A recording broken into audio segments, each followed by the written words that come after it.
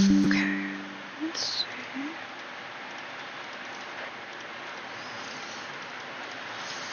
Okay. My headphones on. Hopefully. Damn. Okay. Hello? Mr. Obama? Hopefully. Mr. Why are you Obama? saying my microphone access? Hello? Mr. Obama? Hopefully. Mr. Why are you Obama? saying my microphone access? Hello? I can hear. Mr. Obama? Hopefully. Is that a loop? Mr. There's a loop. Okay.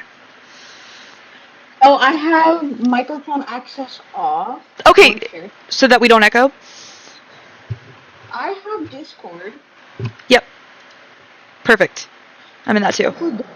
I will close out if I need to first. Okay. Because Twitch is a bitch sometimes. Right. But hi! Okay. Hello! I kind of want to like start things off. Sure. I will let you do your yapping because Sure. I love watching you yap. Thank you. Thank you. I know you did 6 hours straight on the Silas banner, and I was like here, there, and everywhere, and grieving my loss. Well, thank you. Cherry, I just want to say, first of all, I also love picking your brain about the lore. It's been so much fun being in Discord, just watching, because I say watching because you were typing it, but but reading your well thought out like theories and all the pieces that you've put together. So I'm like so excited that we can actually do this, because I can't wait to like actually talk about it. Usually just because my brain moves so fast that speaking is easier than typing. Also, oh, okay. Thank you so much, Chaylee. Sorry, I just saw that. Let's see. How do I... I'm so sorry. My lovely mod is saying to turn you up a little bit, Cherry, and I'm just trying to figure out how do I do that. I am... Discord, I think with either right click. Oh, okay. You can turn it up on Discord. Nice. Okay, that did turn you up. I know you're totally new to I am. all of this stuff. I'm such a baby Don't streamer. worry, I've been there. I am still there. Like, I run into stuff all the time. So, I don't blame you. Well, I think you just like figured it out for me, Cherry. I almost said Chayley because now that I have two CHs. Excuse me, don't mind ADHD brain over here. You said right click on it and it immediately let me turn up your volume. So hopefully that's better. I turned her up as high as I could, Chayley, but you let me know if the audio balancing still sounds a little wonky, and I can see if I can keep playing with it. No, but Cherry, I just wanna give Cherry a huge shout out right now because Cherry has been invaluable as I like start my streaming journey. I'm so new to this, as I'm sure you all can tell, but she has been wonderful at just like, first of all, being patient with me, but second of all, showing me like how to. She literally screen recorded and made me videos of how to use different streamer like apps and mechanics, which was amazing. By the way, Cherry, I set up Nightbot today. I was super excited. I know, I was so excited. And now you can do the exclamation point Discord thing, and it'll actually like bring out my like. I'm so excited. So yeah, I did it. Yes, I'm so. Thank you for trying that, PB. Thank you. I tested it in my own chat earlier today, but like I wasn't streaming. I just like was in my little stream manager, and I was like, well, it worked there, but I hope it actually works like when we go live. Hi, Red Mage Roxy. Thank you for being here. We're gonna do a Lore Yap. So I just wanted to give you a huge shout out, Cherry, before I got rolling on lore. So thank you so much for all of your support and being so awesome. And it's so cool to like, there's such a community here that's so welcoming and so supportive, and like I love that. That's amazing. And we can all hyperfixate about our obsession together, which is my favorite thing. So. Oh, you do have an artist badge now, Chaylee. Yes, I gave you one because you're my artist. You made those. And look, those look so good. Look how good those look. Me and Bark for Silas. Yep, sounds right. Yes, we do have new emotes. I also made some animated ones. I was going off today. I was learning things. It was really fun. So yeah, so we're gonna do a Lore Yap stream. Thank you, Roxy. Welcome in. Add source. Hi, Roxy. Sorry, Cherry, I don't want to speak over you. I just want to... Okay. To the window. To the wall. To the wall. My brain can't compute at all. Literally me. Literally me. But yeah, so we're going to do a Lore Yap stream. I'm sure you guys are probably sick of me doing that at this point since I spent 6 hours on Silas's new myth yesterday. I have no idea how that happened. I was thinking to myself... It's Silas. It's Silas. But I like I did his dragon myth, like, I don't know, like 3 or 4 weeks ago, and it was like 3.5 hours. So I was like, yeah, I can knock this out in 3.5 hours. I don't think I had as many people chatting when I did it. So I think all of the chatting was probably what, but I do think I was also like, since I'd already played the dragon myth, there was no speculating I had to do, whereas like as I was going through the new one yesterday, I was like speculating the whole time. Hello, Ray. Welcome in. We're two ladies yapping. Petey. Literally, like, if you guys don't know the opening for LADS, it is ungodly loud. If you have it on mobile, True. I immediately like hold the volume down button so hard when I open up the app. Yeah. Because it's just all like, you know? And It's so I'm just true. like, It's so true. shut up. So And true. if you have it on PC with Mew Player, because for some reason my laptop can run the game perfectly fine on BlueStacks, Uh-huh. but my PC has to have it on Mew Player. Oh, that's I have interesting. to learn how to stream it from my phone. That's to cool. My computer. Cool. Yeah. Love that. Hell yeah. It's super easy and annoying at the same time. Like, you have to like, Technology in where's my a nutshell. audio? Where is this? Yep. Annoying. That was like, so I put the VOD up for my enormous stream last night, and I don't, someone correct me if I'm wrong, but I was like trying on my phone to see if I could edit the info for the VOD, and I tried everything. I can't figure it out. So I had to get on my PC and do it, because that's the only way I've ever done it. I couldn't figure it out on my phone. I don't know if that option exists on a phone, but I was like, why is this so unnecessarily difficult? Like, Have you drowned in your thirst yet? oh god. Oh, you just reminded I have me. to explain. Let me My go. water.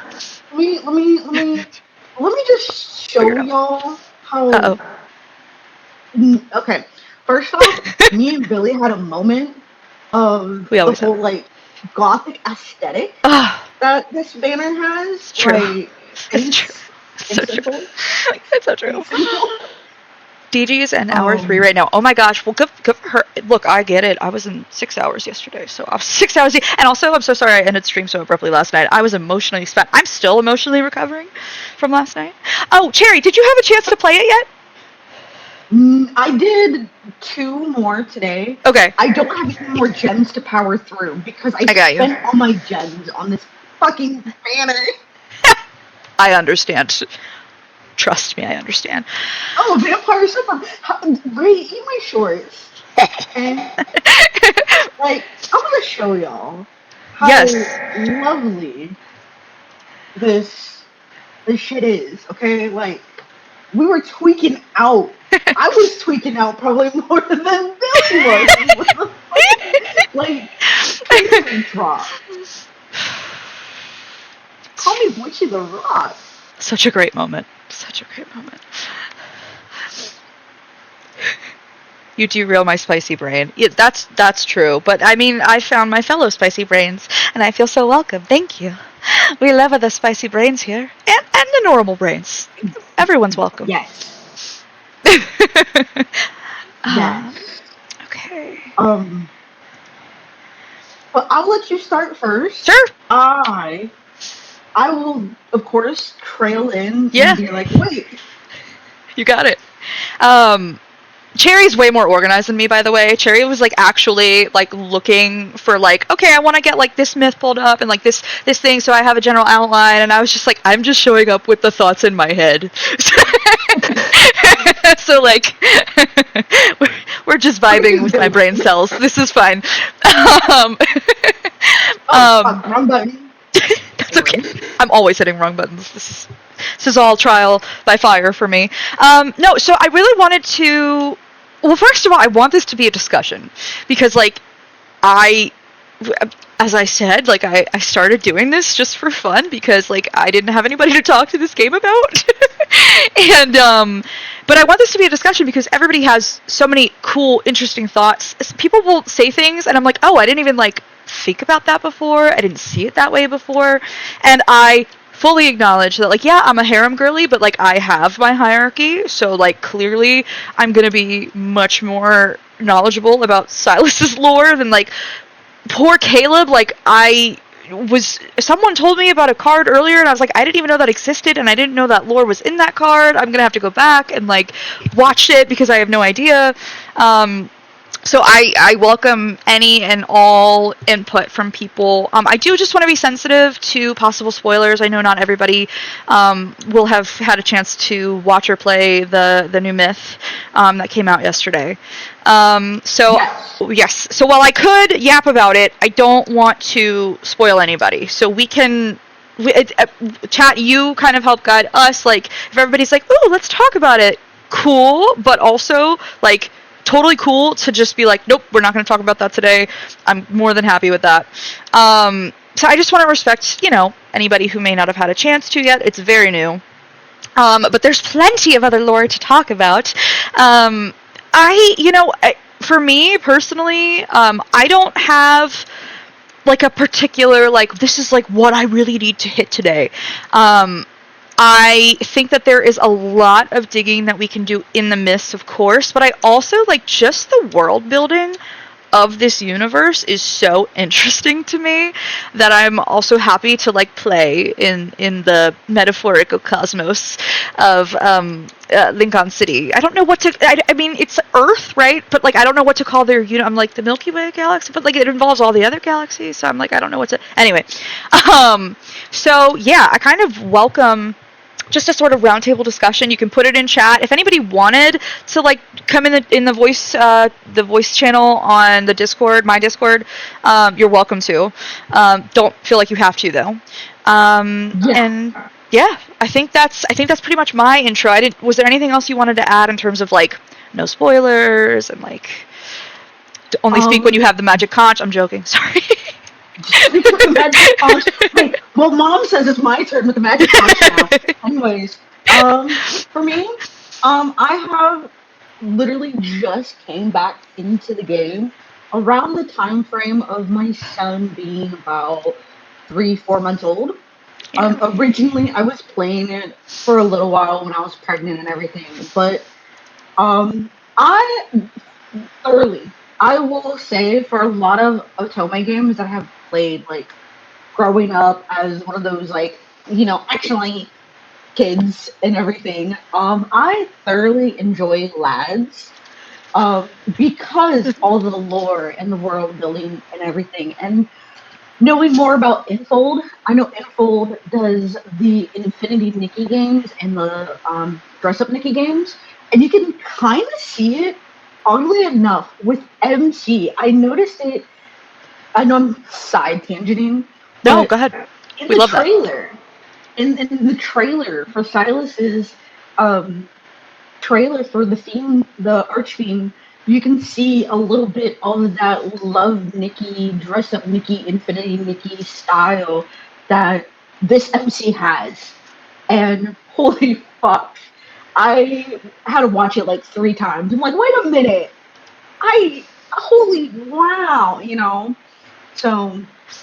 apparently, I didn't know this. Relearning. Sorry, I'm not trying to cut you off. I just wanted to mention really fast, Carrie. There was a really funny... So, there was a leak that happened before this dropped, like, I don't know, 2 or 3 weeks ago, and I avoided it like the plague. I was off Reddit, I was off Twitter, I was like, I don't want to know. And I didn't ever see it, but I found out after the trailer dropped that apparently the leak was a picture of Silas in the fit, so with the long hair and in that amazing outfit. But it was super blurry. I mean, like, you could hardly make out anything. But so people apparently were saying like, oh, this is from the new myth, and then others were like, no, it's from Infinity Nikki. I did see that one. Yeah, and I guess right. I was gonna say I guess that was believable. I don't play Infinity Nikki, so can't compare. Yeah, I haven't. I seen one TikTok of someone saying that the dragon, like his dragon background from his like dragon myth or whatever. Yep. Was in Infinity Nikki, and I'm like, oh, so they're dropping leaks there, but not in the game. Curse you, Infold. Right, like fucking Infold, you fucking bitch. This is funny. I think they had that for a while, Kit. The Build-A-Bear Kitsune. And I yeah. think it's really adorable. It is very adorable. So I agree. Gems, because someone took all my gems. I just want to also give a quick shout out to PB. That was hilarious. So I was like, I don't know what to call this universe, right? It's like it takes place on Earth, but it's like bigger than, PB said lands instead of lads, like lands. And so I'm like, that's hilarious, and I'm going to call it that now. The lands world. I love it. That's hilarious. And Shaylee, no, thank you so much for you're being in chat is also awesome. So thank you for being here. And make sure you get some rest tonight. So yeah, I guess I want to kind of like jump in with, oh, hello, I think I got an alert. Thank you so much, whatever that was. Thank you. I'm sorry. I'm learning this like streaming together thing, and I'm like, I don't even know where to look for an alert that might have happened. But thank you so much. Oh my god, what's happening? So many things. Okay, so I think I want to start off this Lore Yap. I had an idea, and you guys can totally shut me down, and I'm all about it. I made a TikTok series several months ago that I ended up taking down because the quality was so poor. And I was like, I really need to refilm these with like a better camera, because I just did it on my phone. But I did a TikTok series of how each love interest subverts their given trope, like what their trope is, and then how they subvert it. I thought maybe we could start there as like a jumping off point, and I can try and just bust them out real quick and get through them. But we can also start anywhere else. I'm totally happy to start anywhere else. But I thought that might be kind of interesting. To be honest, I don't know their trope at all. This was me just like being like, I identify them with X trope. It's not like it's not factual. You don't have to take me as an authority. I just like, for instance, okay, Silas is easy because we're doing Silas. So enemies to lovers, right? And also sort of the soulmates thing, and how he subverts both of those. And I went through and I did everybody. So I talked about how Caleb, right, he's the friend to lovers trope, but he's a yandere, which is, so they don't usually pair those things together in storytelling. Billa is asking permission to do a mini video essay. Oh no, not a video essay. Not the video essay. And then I'll just like briefly, I'll tell you the trope that I kind of identified them with, and then we can like just go from there if you want. I said Xavier was, and this is a much newer trope term. This isn't like something that is official. I forget where it said this originated. It was an article, I think. But anyway, the cinnamon roll character, like, it looks so cute, right? Looks like the butter will kill you. Yeah, exactly. So I said Xavier was the cinnamon roll. I said Raph was the manic pixie dream girl, but when it's a male character, I think it was like the whimsical nightmare or something. And then Zane, of course, the brooder, right? And then I was just talking about how each subverts those given tropes. So if there is another trope that anybody thinks like, oh, I definitely think this character would be like this trope, feel free to jump in. If there's a way you think they subvert that, feel free to jump in. But that was sort of like what I had been talking about in my the rare male tsundere. Himdere. I love it. We're going to say Himdere now. We're adopting that, PB. But yeah, I mean, I guess since Silas's myth is out, I'll kind of just start with like how he subverts his tropes. We can start there, and we'll work our way through. Seriously, anybody can derail this at any time. I'm more than happy to derail this. But of course, I think what we see a lot with enemies to lovers tropes is a violation of boundaries and consent. That's pretty... Because, essentially, these two characters, I'm just talking generally, not Silas and MC, of course, but, they will be on opposite ends of a conflict, or they will hold different values, morally. And so it usually ends up that, and it's usually the male love interest, let's be honest, because, toxic masculinity and all that good stuff will, violate the boundaries of the female character, will not really respect her autonomy, which is the polar opposite of our guy Silas, we know. Green flag disguised as a red flag. He is consent king, and he, prioritizes MC's autonomy above anything and everything else. And the subversion of the soulmate trope, and I have to give this to Raph too. And I think a case could really be made for all of them, but these two are very literal because they literally exchange aspects of their soul. That's why I attributed it to them very specifically. Usually the soulmate trope is fate decided that you're meant to be, which is just fate's so annoying. I'm with Silas, right? He's so boo, fate. Screw you, fate. I fight fate. I think that's because so much happened to him in his past. Being the fiend and yes, his dragon form self. Yes. He counted out that as well because for sure. He was exiled and then he's summoned. Yes. In a weird way. Yes. Right. So yeah, he's all fuck manifest destiny. It's me and you. Right, which I love. I love that about him. And so I think he and Raph both sort of subvert that in that it's not fate that's your soulmates and meant to be together. Fate is actually no, you're meant to kill each other, really. And they both make, when I say both, Silas and Raph, yes, and with MC, make this very intentional, consensual choice to physically bind themselves to one another. Which for me is, I love that. I love the emphasis on autonomy and choice, and you are deciding, you are actively picking one another. Because this soulmate thing is just so how easy is it to be fated, to be together when you're fated to be together? It always felt like a cop out to me, as a story reader. So I really enjoy that about both Silas and Raph's kind of mythology. And like I said, I think you can make a case for probably all 5 of the love interests with the whole soulmates thing. It's just that theirs are very literal, with Silas and MC literally doing parts of their soul, and then Raph and MC with the heart exchange. That feels very physical of the soul. So anyway, that's kind of the subversion of okay, wait, PB, let's see.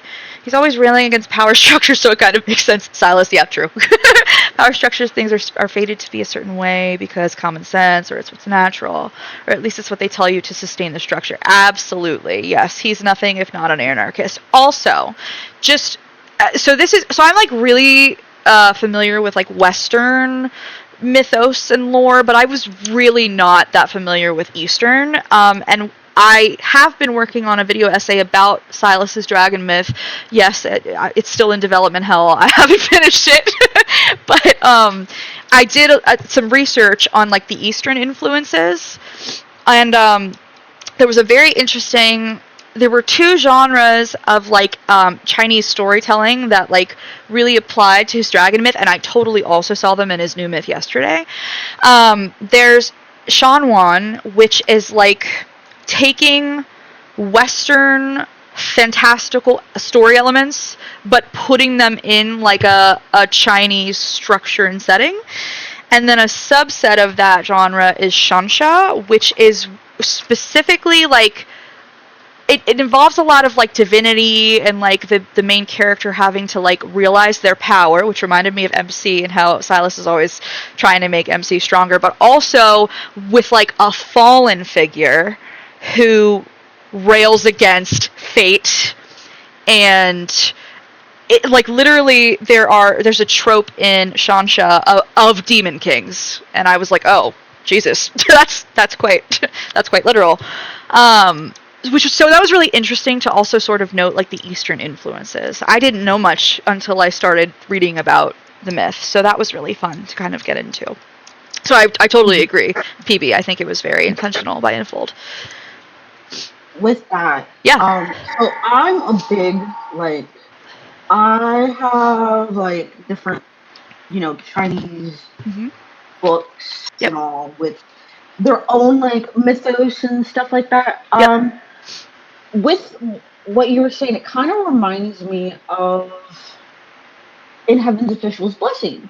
With, if you have seen the animation for it on Netflix or on Crunchyroll, Yeah. or even read it and everything, in the beginning, as you know, I'm trying to remember his fucking name, but the one that's Me all the dressed in time. white Mhm. and all. When he's meeting, I have my books right here. Let me just go to the back. There we go. Jilan and Hua Cheng. Uh-huh. The wedding sequence, that one, Uh-huh. and it's kind of like MC and Silas, where Silas is over here like, hey, like, I want you to get stronger, I want you to get powerful, Right. etc., etc., and MC is dying over and over and over and over again Poor MC. to make themselves better, but has no memory. Right. Sorry for the spoiler. No memory of what the fuck is going on. Mhm. Versus these two, of course, like, Yeah. hey, one is being resurrected back into the heavenly realm over and over and over again to the point they're like, fuck you, get the fuck out. Right. And all. And pretty much he found his lover. Yeah. Kind of like how MC went into the N109 zone Mhm. and came across Silas. Yep. And Silas kept her captive Right. and all. No, for sure. Lee says, oh yeah, I cannot tell you how many Demon King C-drums I have seen now. Oh, I'm Girl, sure. girl, there's a lot. Like, Love Between Fairy and Devil also kind of Right. reminds me Yep. a little bit of MC and Silas. Sure. The modern rendition of everything of the mythos for Hades and Persephone, which Uh-huh. is Lord of Olympus, 110%, that is MC and Silas Yep. through and through. Yep. Because I will read it again and be like, oh, that's MC. Oh, wait, that's Silas. Even though, like, yes, Silas is our local rage bait king and all. Yeah. I don't think Hades in Lore of Olympus is a rage baiter. He's just a gigantic man whore. I won't say that as is, but you can see the dynamic with, I'm not gonna call MC soft. She's Sure. more like strong woman, strong power. Yeah. Like, make you Enfold for like strong women representation. So I agree. Speaking of Hades and Persephone, in the dragon myth, there's a lot of Hades and Persephone imagery, which I blathered on about in my video essay, but it was part of the reason I was very much expecting a King of the Underworld story. So I was like, not at all. So it was very validating. I was like, oh, look at that. Look what happened. Look at the trailer. yeah. But I felt like it was super, super. They use a lot of. I feel like Silas in this game has the most Western influence of all the love interests. Yes. Yeah. Because, like, I'm gonna point out, like, Yeah. Zane. We see a lot of, like, the C-dramas, the books, right. the everything, Foreseer, Master of Fate. Right. God of Annihilation, which is, like, more to me, like, Egyptian. Yep. Mesopotamian, all of those mythos. Yep. But still, it's Eastern. And then we have Raph. I know Raph has a lot too. Yes. But I'm gonna mostly focus on, like, him being Lemurian. Yeah. It makes me think of the Little Mermaid a lot. Oh, absolutely. And in Tears of Ramiro at the end, when MC died, I'm so sorry if that's a spoiler for anybody who hasn't played Tears of Ramiro. I'm sorry, I was just assuming in my brain, like, no, it's been out for a while. We can talk about it. But she turns to Seafoam, just like in the original Grim Fairy Tale. Yeah. I'm actually... There it is, Myths. There we go. Yes! Beyond Cloudfall. She came with receipts. I have to go through the wiki because I haven't played Beyond Cloudfall. She came with receipts. That's valid. Like, totally I know valid. I can go on YouTube and like Heavily Little Mermaid listen, coded. but what if I just read? Yes, it is. All right. Reading. Do we do that anymore? Our society? Do we read? No. I know. You told me I was pretty good, you know. What is that called? Media literacy. Yeah! I wish we taught that more. It's such an invaluable skill. But Before I watched it, assume the ending. Yeah, PB, for sure. Absolutely. Yes. Very Little Mermaid coded. Sorry, I'm watching my dog right now. He's taken a sweater and he's turning it into a little bed on the floor. Even though he has a bed and my entire leather sectional couch. No. Those aren't good enough. No. Sorry. There goes ADHD.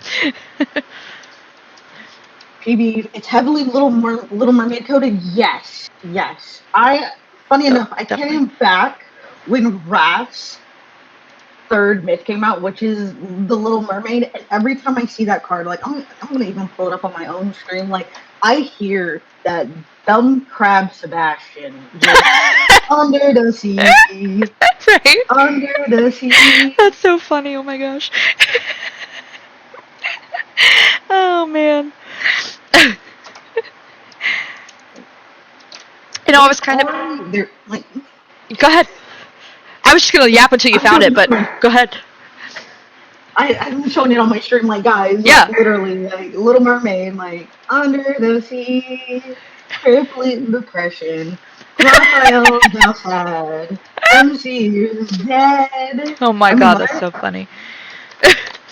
Raph would agree that water is better. Quality. Yeah. Probably going to be spoilers for all kinds of things, so you two can freely Lore Yap, to be fair. Yeah, I think the main spoiler I wanted to avoid was just the myth that dropped yesterday, because it just dropped yesterday. So I feel like I was going to try to, because that's so new, and, you know, everybody's schedules are different and crazy in this world, so I just kind of wanted to. But otherwise, yeah, I feel like everything else should be pretty much fair game, yeah? Yeah. Okay. I was kind of analyzing, like, so if I had to be like my holy trinity, it's Silas, Raph, and Zane, Cherry. That's my holy trinity.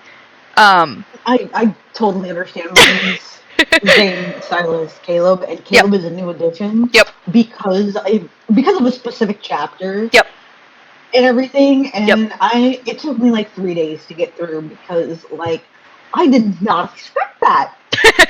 And I was like, Caleb, I thought you were gonna be like this super sweet, like, you know, bro-like character, and it made a party 60 on me, everything, just holy fuck.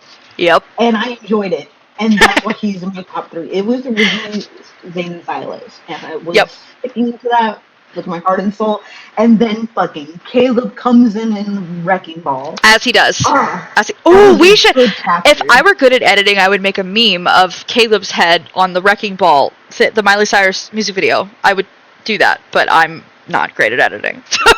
But there's an idea if anybody is good at editing. Now that I'm reading, because I'm reading a portion of Silas's myth for Beyond Cloudfall. Yes. I noticed MC was saying the Fiend actually exists. So that kind of, to me, I know I gotta do the story. Yeah. But Archfiend mentioned. Yep. Cloudfall, they call him a fiend throughout the whole dragon myth. They say that dragons are fiends in the dragon myth. And then, okay, y'all, I really need to have another decent... Yo, of course, Shaylee, no, please, go get some rest. Absolutely. The VOD will be here. It'll be, you know, around in the ether. Nobody understands the cloud. Sorry. Movie that I haven't even seen, but I do think that line is funny. um, but yes, they call him a fiend throughout the whole thing. Yeah.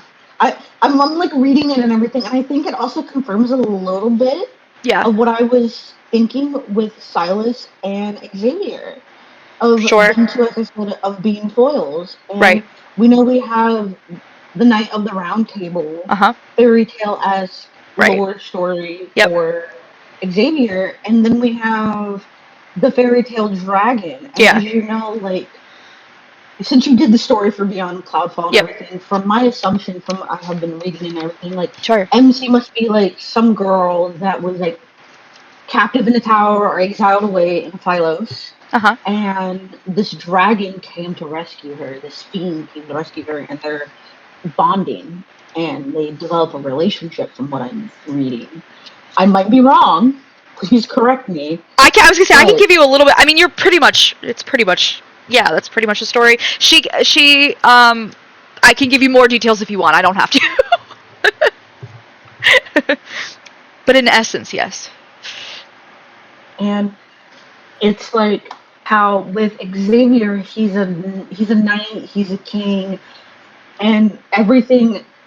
I did play a story. Like, I'm sorry to any Xavier girlies Oh. that are in the chat. He's literally like bottom of the barrel for me. He is for me But too. I'm so sorry. I'm so sorry. I need Xavier probably girl. has to lore. I need to sit down and do lore reading for him. But I love you, Sweet Cat. Oh. Sweet Cat said she's sobbing because she just finished the Silas's new myth. I'm so sorry. I love you, Sweet Cat. Love you. you need a hug. You Hugs, need an absolute hugs, hug. self-care, yummy some water. food, drink some water, you take a bath. I'm trying to think of like all self-care things. I got an ad for like a snack wrap. Uh-huh. So get yourself a snack wrap. You know, I need so many hugs. Yeah. Welcome to the land of love and depression. I cried on That's stream last night, which was fun. Actually, twice. Actually, twice. The squeals I squealed at certain things. There was one thing that made people squeal that made me cry, which was really funny, actually. Oh no. Because I'm a baby. No, it was something that was happy. It was. I just cried because I don't know.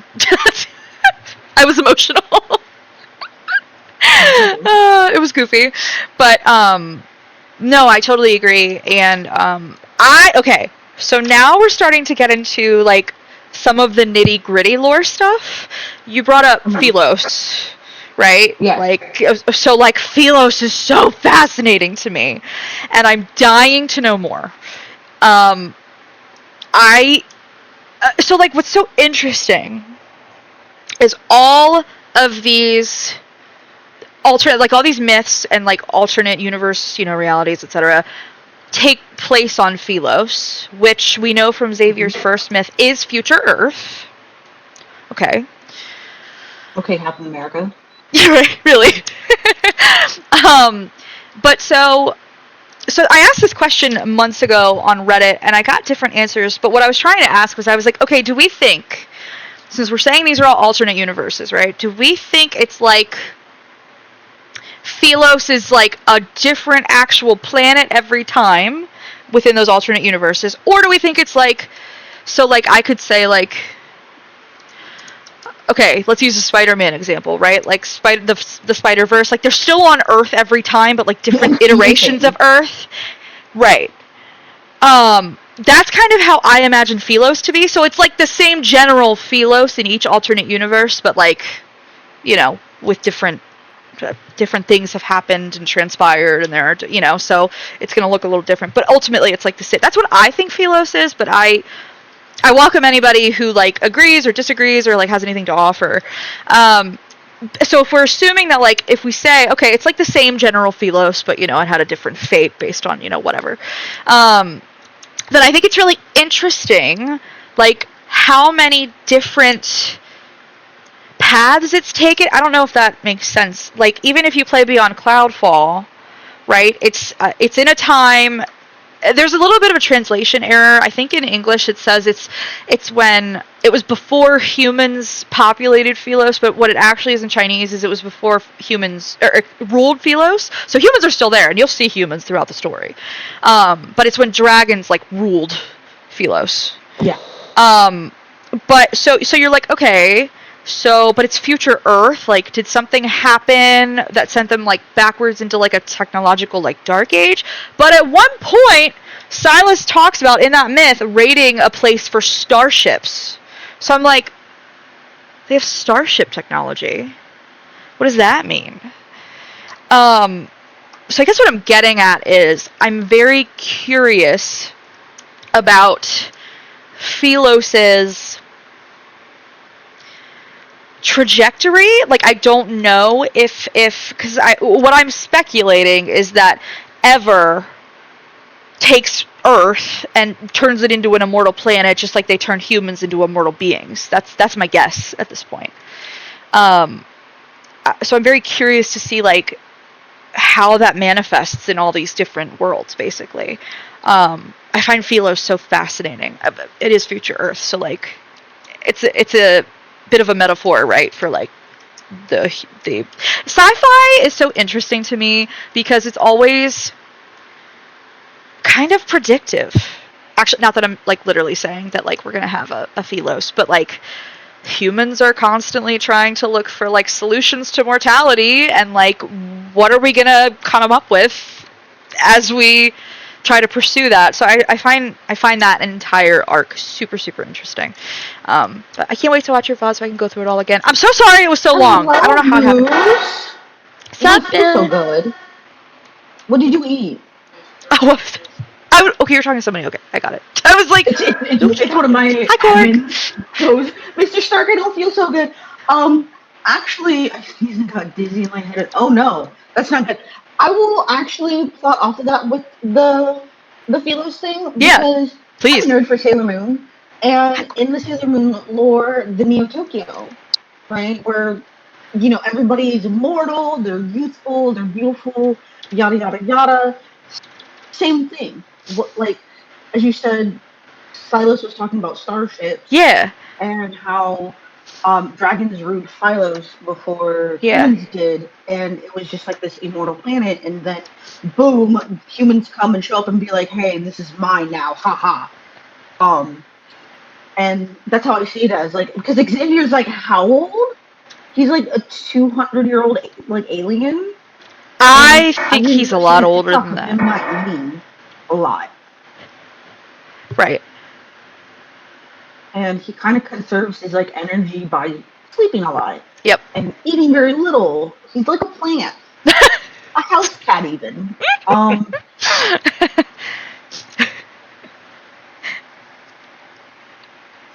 you for the follow, Core Cantus. Thank you for Cherry's the really cool, follow. Cork. We love Cherry. What the freak? He said, what the freak?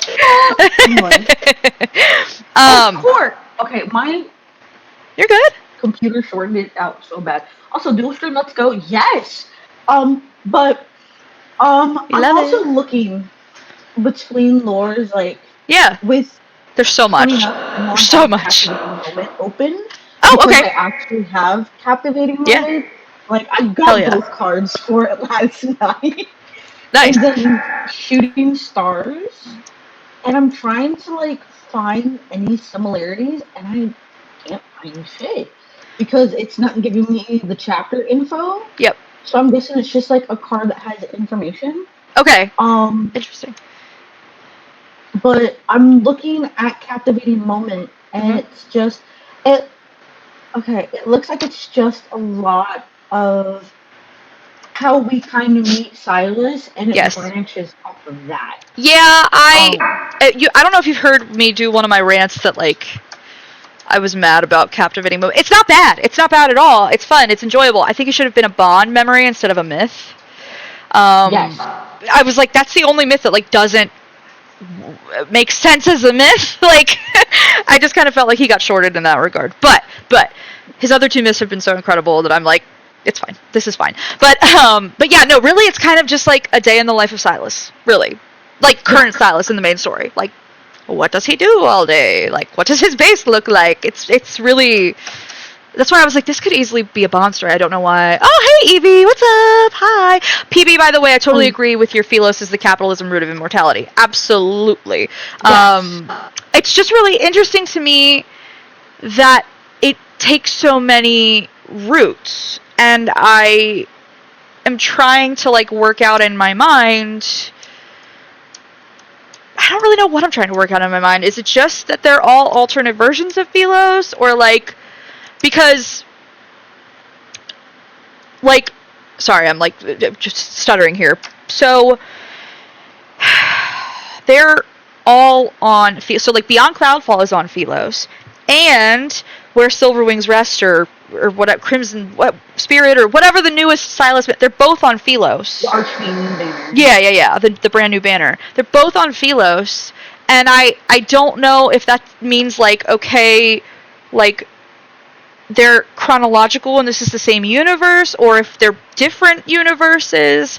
I just find it very interesting because I do think everything's got to intersect at some point, which maybe it won't, but I know that they were willing to do it in their other game, which I never remember. My Queen's Love, Mr. Queen's Love Choice, something. Yes. That, yeah. And I know that they actually did intersect the love interests in that, or at least that's what I was told by people who play it. I don't play it. So I'm like, oh, could we see intersecting, like timelines or universes here? Which I think I want that. I'm a big fan of that. I know some people probably aren't, and that's totally okay. That's kind of why I thought, hi, I'm on Tillamook. Oh, for work right now. No problem. No, drive safe. Be safe. How many cards take place on Philos? A lot. A lot of them. A lot of them. Like, majority of Xavier's, and I think some of Silas's. And, like, it's not just cards, too, because it's, like, Xavier's first anecdote is on Philos. And it gets mentioned a ton. Tiffy's the love choice expert. Oh, good to know. Sick. Okay. Yeah, no, you're right. Tiffy is the love choice expert. I was on Tiffy's stream, and she told me all about... She was telling all of us about love choice, and how much she loves... The guy who's like Caleb in that one, but I don't remember. Gavin? Is his name Gavin? I think his name is Gavin. I think his name is Gavin. I see him sometimes around TikTok. Oh, you see him around, you know. Yes, it was not myth-worthy. Thank you. I'm so glad that you agree, sweet cat. It's very affirming. PB, you're so good. Gavin indeed. So yeah, so I guess that's kind of like what I'm wondering with, because I know where we are right now in Lincoln. In that universe, Philos has died. So Xavier's Philos has died. So Xavier really is a time... It's not like he just went through the deep space tunnel and, like, went to a different universe. He, like, actually went through time. So I'm like, will we see Philos from a different universe through the warp? We still don't know that much about the deep space tunnel and, like, how it works. I'm assuming that if it can take you through time, it can also probably take you to other parallel universes.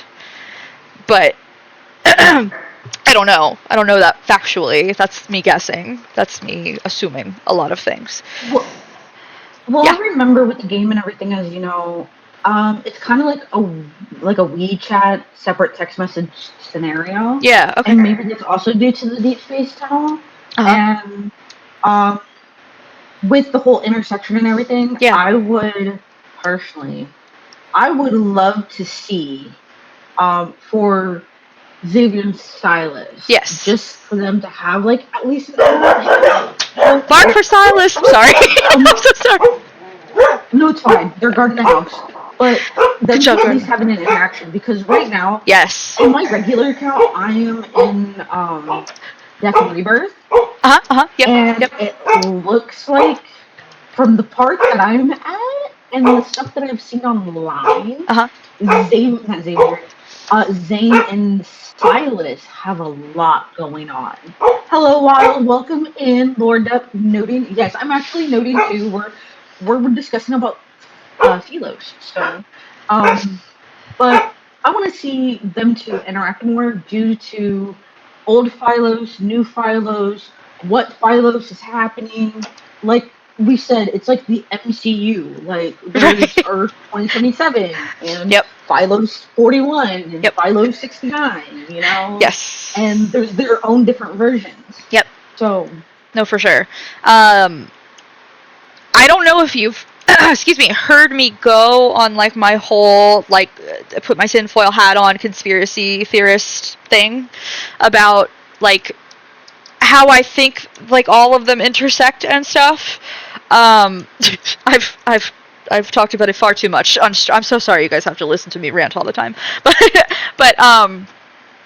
I have a theory that there are 7 gods. So Silas has a card called Lost Oasis, where he's in the desert and he's looking for like relics of 7 gods that were like rumored or like, you know, mythologized to have lived in that desert.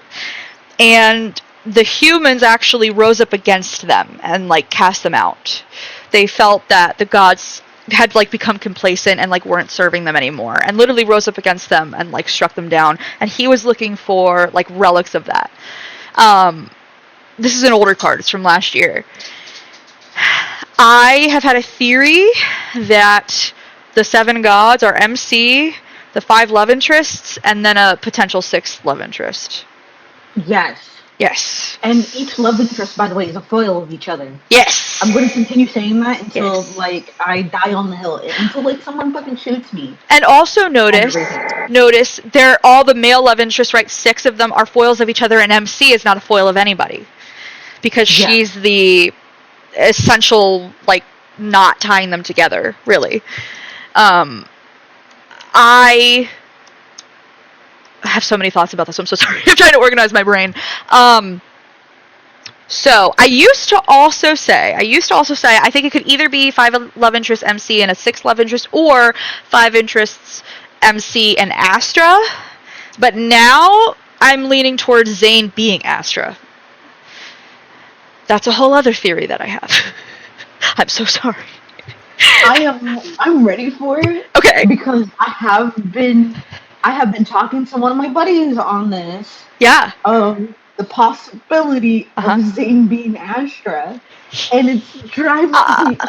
Yes. Because join like, the dark side. I'm gonna just say it as is because I'm a book person. Yes. The Dr. Jekyll, Mr. Hyde thing. Oh God, yeah, absolutely, totally. And it's Dr. Zane and his evil half, you know. Yep. And I'm just here like in full.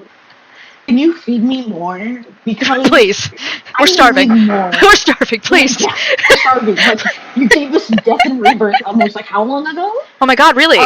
More please. Truly, Death and Rebirth is outstanding. It was so good, but it's like, hello, where's the rest? Please and thank you, help me. But so. Okay, we can totally talk about this. I'm just trying to figure out if I want to talk about Astra or the gods first. It might be shorter for me to talk about the gods first than the Astra thing. So I'll go back to the gods really fast, and then we could go back to Astra if you want. So a 7 is everywhere in this game. I see it everywhere. It's in Silas's new myth. 7's there. 7's everywhere. I can't. I feel like such a tinfoil like QAnon. Like I'm like 7. But I see it constantly. There were 7 gates in God of Annihilation. When the opening of Silas's new myth, it's like a passage from a book about prophecy, and it talks about Silas descending. It doesn't say from where, but I think there were some hints that he is a fallen angel, by the way, or some sort of divinity that fell from divinity. But it talks about him descending and 7 shadows descending. In Death and Rebirth, there is, or it's not Death and Rebirth specifically. There was like a little event that came out with Death and Rebirth. It was called the Keystone event, I think. And Silas and Zane each had like a PB. You just said fellow rebelled. I think he rebelled, and I'm sorry. That's a whole can of worms. But It's a valid moment. yes, I promise. I'm so sorry. I'm so ADHD. But anyway, each of them has like a little art thingy. So Silas's is in the gladiatorial arena, and then Zane's is in a lab. But so in Silas's there are 7 columns in the arena, and then in Zane's there are he's like standing in the middle of the lab, and the way that the lighting is, he's casting 7 shadows. And I'm like, there's so much 7 here. I don't know what else to do. In the Gaia Research Center in Death and Rebirth as well, since you're going through that right now, Cherry, there are 7 research departments. Yeah. And they're for... Yep. Oh, seven's everywhere. China, the meaning of the number 7 is complex, both positive and negative connotations. It can be lucky for relationships because it sounds like togetherness, which is chi, and life energy, which is ki. Uh-huh. It's positive association symbolizing the Qixi festival, which is Valentine's Day, Chinese Valentine's Day. 7 can be unlucky because it's the 7th lunar month, known as the ghost month. Yes. And the pronunciation of 7, chi, is similar to deceive, which is ki, or gone. Yes. So, Infold is cooking with... Infold is cooking with gas. With gas. 7 pillars, 7 lab things going on. Yep. And as you know, doctors' offices, as I view them personally, because with everything with medically wrong with me, doctors' offices, hospitals are like life. Yes. And death, like they're the gateway. Yes. So. Absolutely. No, for sure. Totally. Which is interesting. Also, it means with the to deceive, it means to deceive or cheat. So to pirate on with the rebellion theory. Yeah. Yeah, that might be it. Like he was like, Zane's like, fuck the gods. I'm gonna deceive the gods because I'm one of the gods. Right. You can't fire me. I quit. It's like the meme. Yeah. This side can't stop me. I can't read. Right. Yeah. You're like, you guys can't stop me because I am God. Literally. This actually brings me to, I had a lot of conjecture reading God of Annihilation, actually, Cherry. God of Annihilation, I was like, oh shit. I see a lot of moving parts here. I was really excited about it. I think, okay, so the first thing I noticed when I played God of Annihilation, it was the opening of the card. There's a little marketplace, and everybody's like, la la la, there's Bard singing, and then the Vistraean comes through, which is like that weird, ominous cloud thing that, like, has wanderers in it, that, like, encroaches on Niava, I guess. But when they did the little animation for it, the first thing I noticed was it looked like Black Red Mist. And I was like, oh, Silas is evil? I was like, really? Is that what I'm looking at? So then I started, it made me start wondering, like, okay, so, like, MC and Zane are gods in this card. Okay. What if Silas, their fellow god, rebelled against the rest of them? So, like, this is a manifestation of, like, his evil, like, encroaching on their divinity, their divine, place or whatever. So I started also wondering, could he have been the one who rallied the humans against the gods? Or was that separate? I don't know. But I also started thinking about, in the end of God of Annihilation, so it's chapter 9, it's the last chapter, and MC follows Zane through the Angru Spire, and she ends up in that alternate world. Okay, first of all, I was like, are we in a virtual world? Are we in AI? Because, like, Zane's in that, like, room with, like, all of the screens and the high tech, and he's, like, telling the thingy to, like, run calculations, and I was like, were we just, like, in a virtual world? Like, what just happened? So then I started wondering about artificial intelligence and stuff. But I think that the world he was in, he talks about how, like, in this world people are engineered, and, like, the people who are, like, the most perfect were kind of revered as gods. There was a World Underneath entry that talks about the fractal library, and it brings up a universe in which there was a perfect child that was created, and I think that that's Zane, and I think that that's in the world that we went to at the end of God of Annihilation, but I also think, so that world is a desert before MC dies and everything freezes over. You can see it when the tower is collapsing, it's a desert. Yeah. I think that that world is the desert where the 7 gods were in Lost Oasis. So I think those worlds are the same. That's my, this is my tinfoil hat. This is... Stop for a moment with the Perfect child, perfect ancient son. World, Sorry.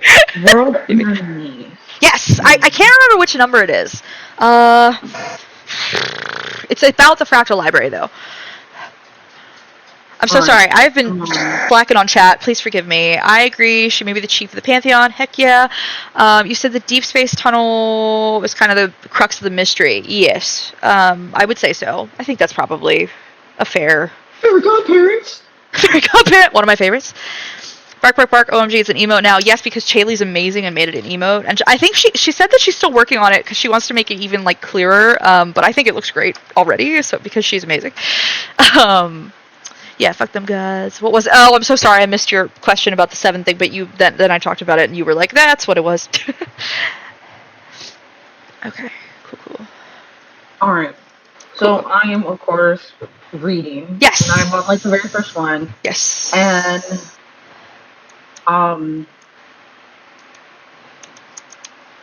it's the first chapter, the one left, of course. It starts off with someone knocking. Uh-huh. Zane opens the office door to find William's girlfriend Sienna standing outside. Yep. She manages with a pale smile to pull up a box. This is for you, the martyr's badge. It has a conspicuous, it's very conspicuous and has velvet cushioning. Reminds Zane of the spilled blood that night at Mount Eternal. Uh-huh. And I always see Mount Eternal pop up a lot in LADS. Yep. Uh-huh. It's very important. And his Polar Night card. Uh-huh. I know that one. Yep. I know, and his, funny enough, in his wedding card, which was super adorable. It was. Like, It was very sweet. Like every few seconds. It was very Mount sweet. Eternal was mentioned. And that must be like the anchoring too for Zane, just like Philos for Xavier and Silas. Yep.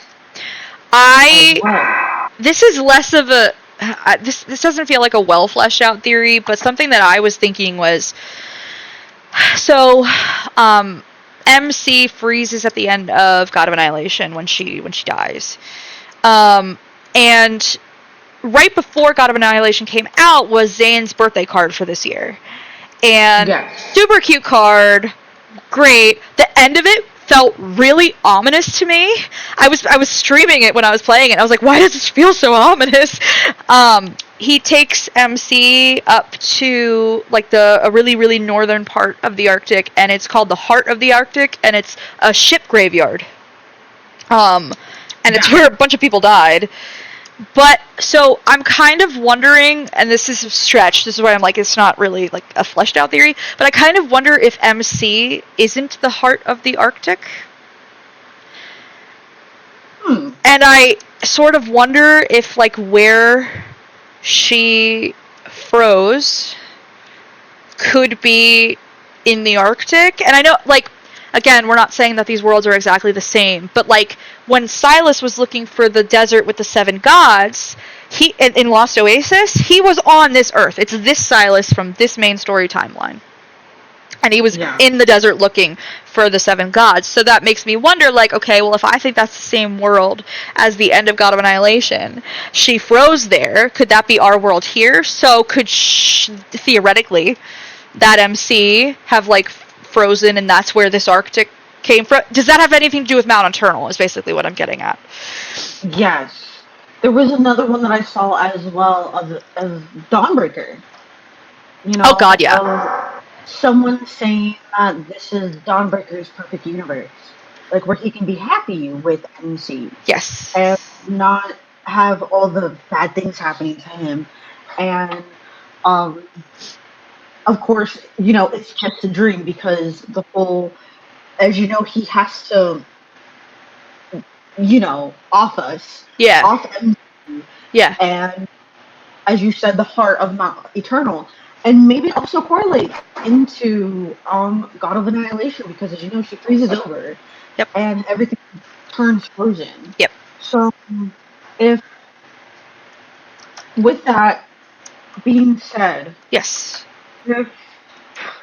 if his card, you know, the solemn, the weirdness, the eeriness, Yeah. you know, Yeah.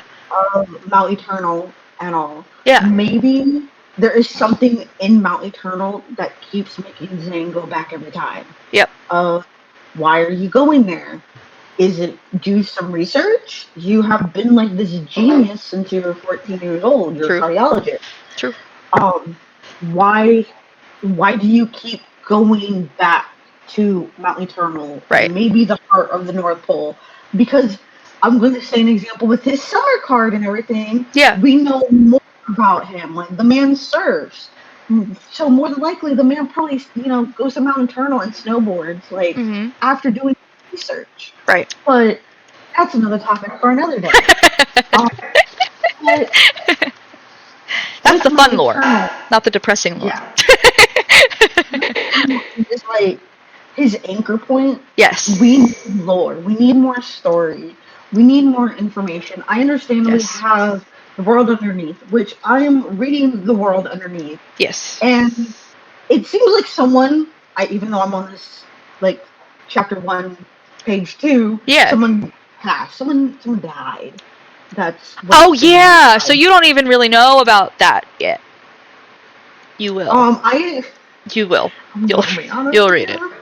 Yeah. It's It's been a awesome. while. You will. Someone did die. I will confirm that. By the way, Cork, thank you for the streak, and no problem at all. No, oh my God, your health, your mom's health, everybody's health, far more important than any of my streams. So, no apologies at all. But thank you for being here. I so appreciate it. I know this is super. Skyhaven mentioned when?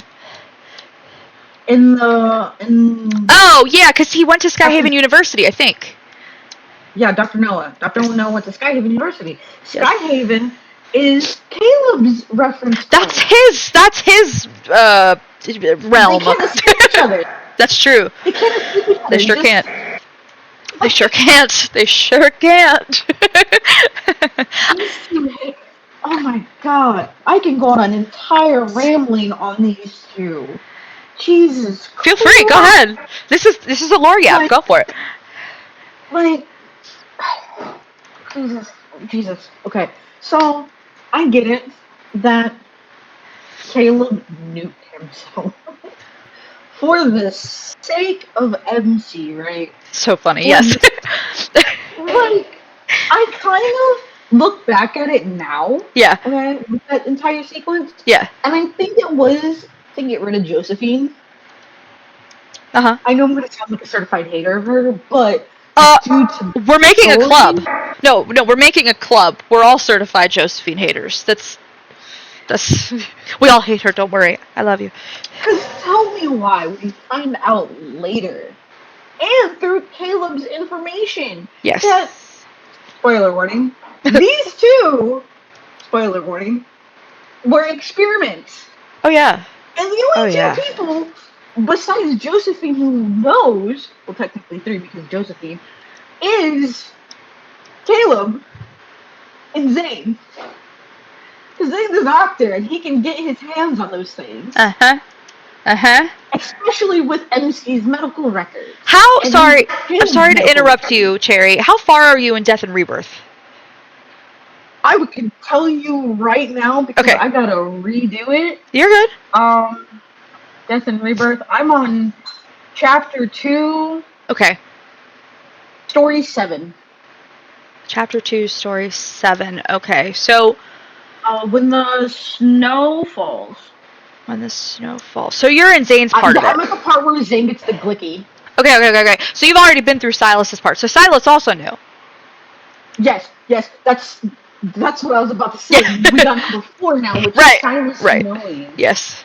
I don't know. Yes. Which, with technically now foreknowing. And Caleb, nuking Josephine, he had to meet all rights to do that. Right. And just up and disappearing and going to Skyhaven. And with these two boys, Yep.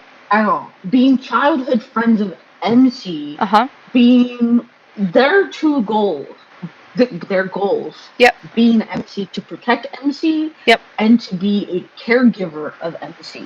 Right. Because, even though yes, Caleb is yandere in his Yes. own right, Yes. I think the reason why he's so much of a yandere is because he wants to protect MC. He wants to put MC yeah.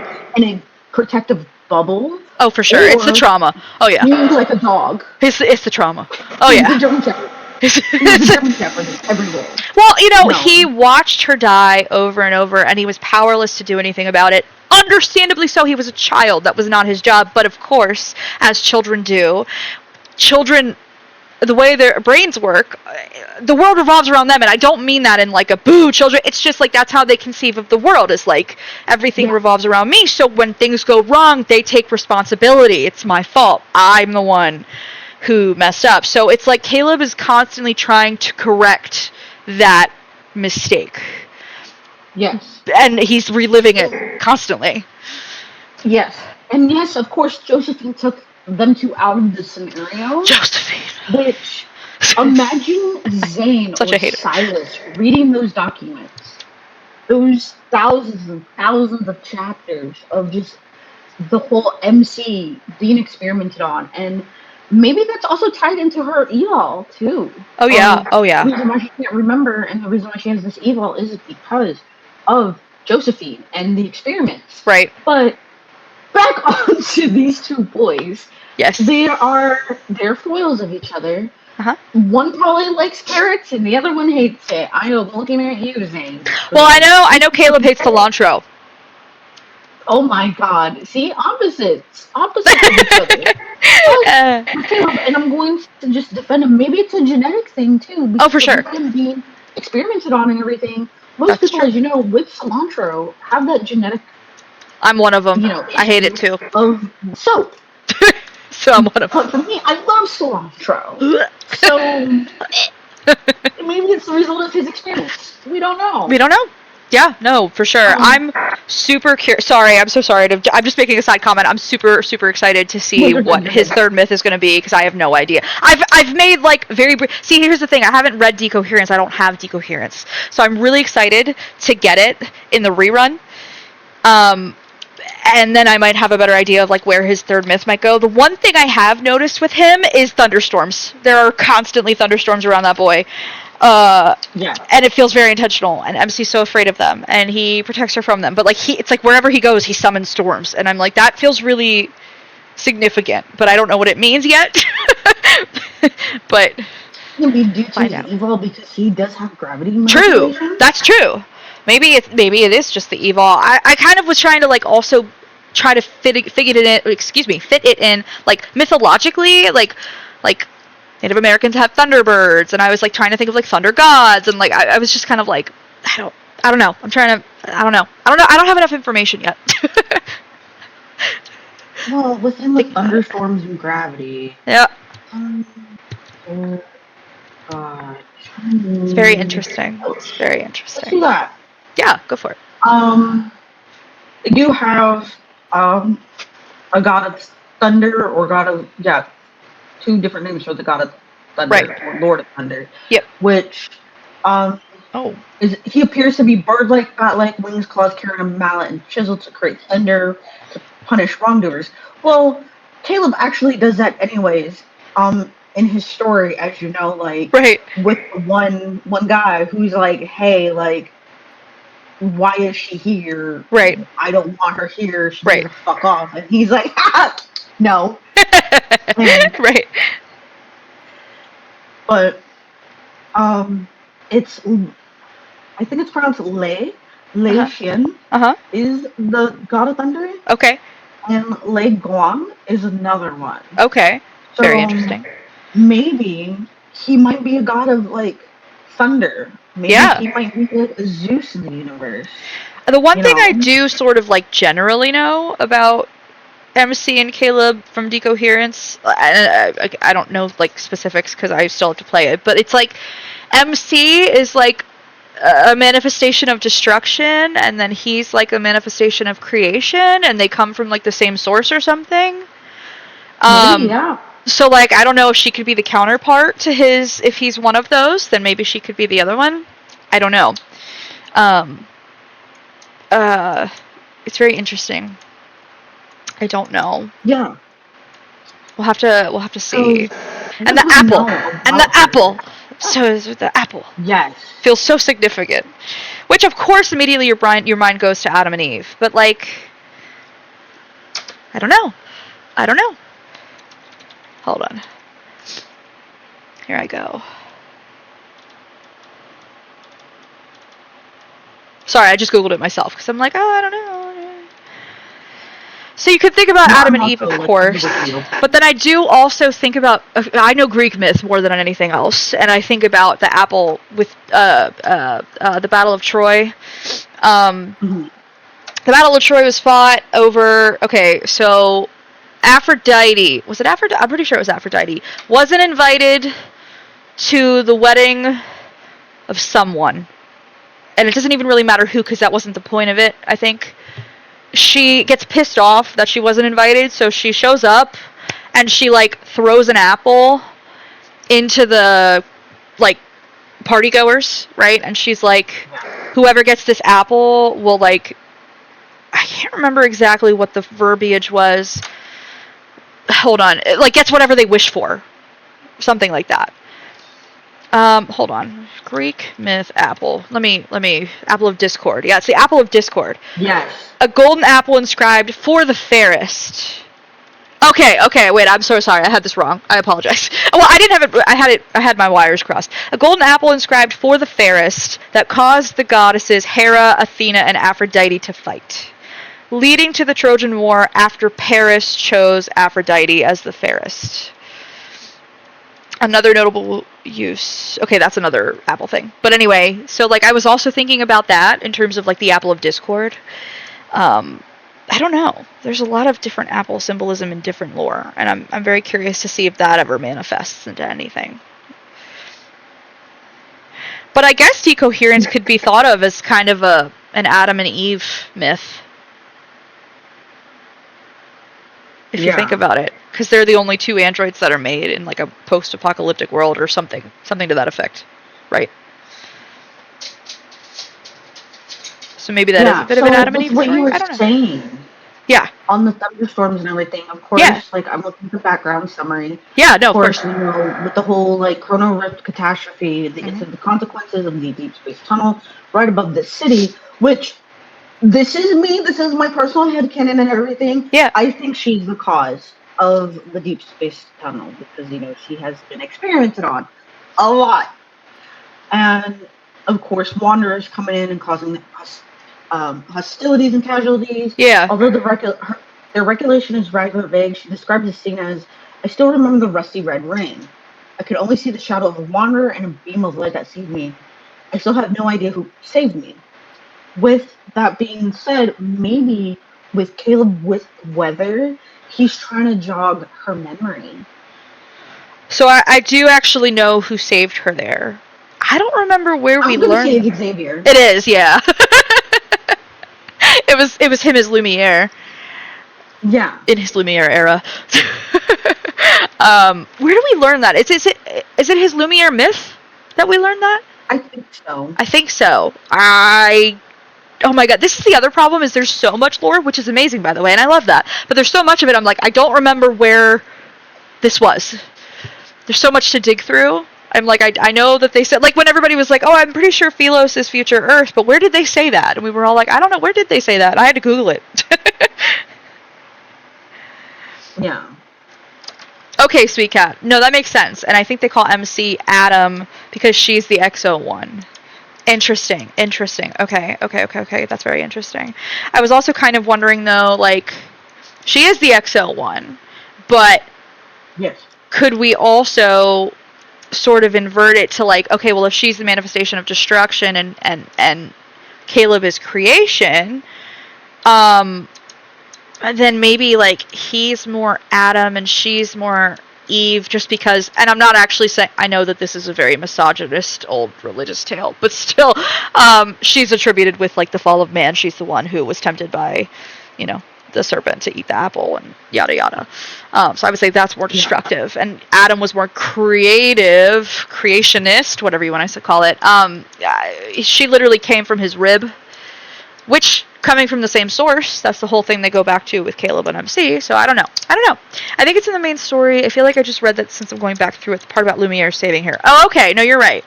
I think you're right. I think I just played that too. Wow, my memory is Swiss cheese. That's great. Oh, yeah, I have mom brain. Oh my gosh. I know that's real. Now that I'm thinking of it, Yeah. because I'm reading it and everything. Yeah. It says, apart from the main story, it is explained in the game that MC is unique and she is always able to reincarnate multiple times due to Aether core in her heart. Thus, there's always a version of her existing across time and space, although they are unaware of each other's existence. That makes sense because Silas, I think it's in Death and Rebirth, when he looks at her dead in the eyes, and he is like, he's just distressed. Right. And he goes, wait, this isn't you. This is not you. Right. This is not the MC that I know. Right. So maybe the MC he does know, that's in the chapter for Death and Rebirth and everything, is dead, and this MC or us crossed over into Death and Rebirth. Maybe. I had a question. Hold on, I have to remember this. It happened on one of my streams recently, and I'm trying to remember. Oh, okay, this was my question. So, Xavier came to Earth through the Deep Space Tunnel. We know that. We know that the Trace Pack 2 came through the Deep Space Tunnel. The game opens with that. Yeah. So, he comes through the Deep Space Tunnel, and he gets spat out on Earth 214 years ago. But the Deep Space Tunnel didn't open up over Lincoln until 2034, 14 years before the events of the main story. So, does it come and go?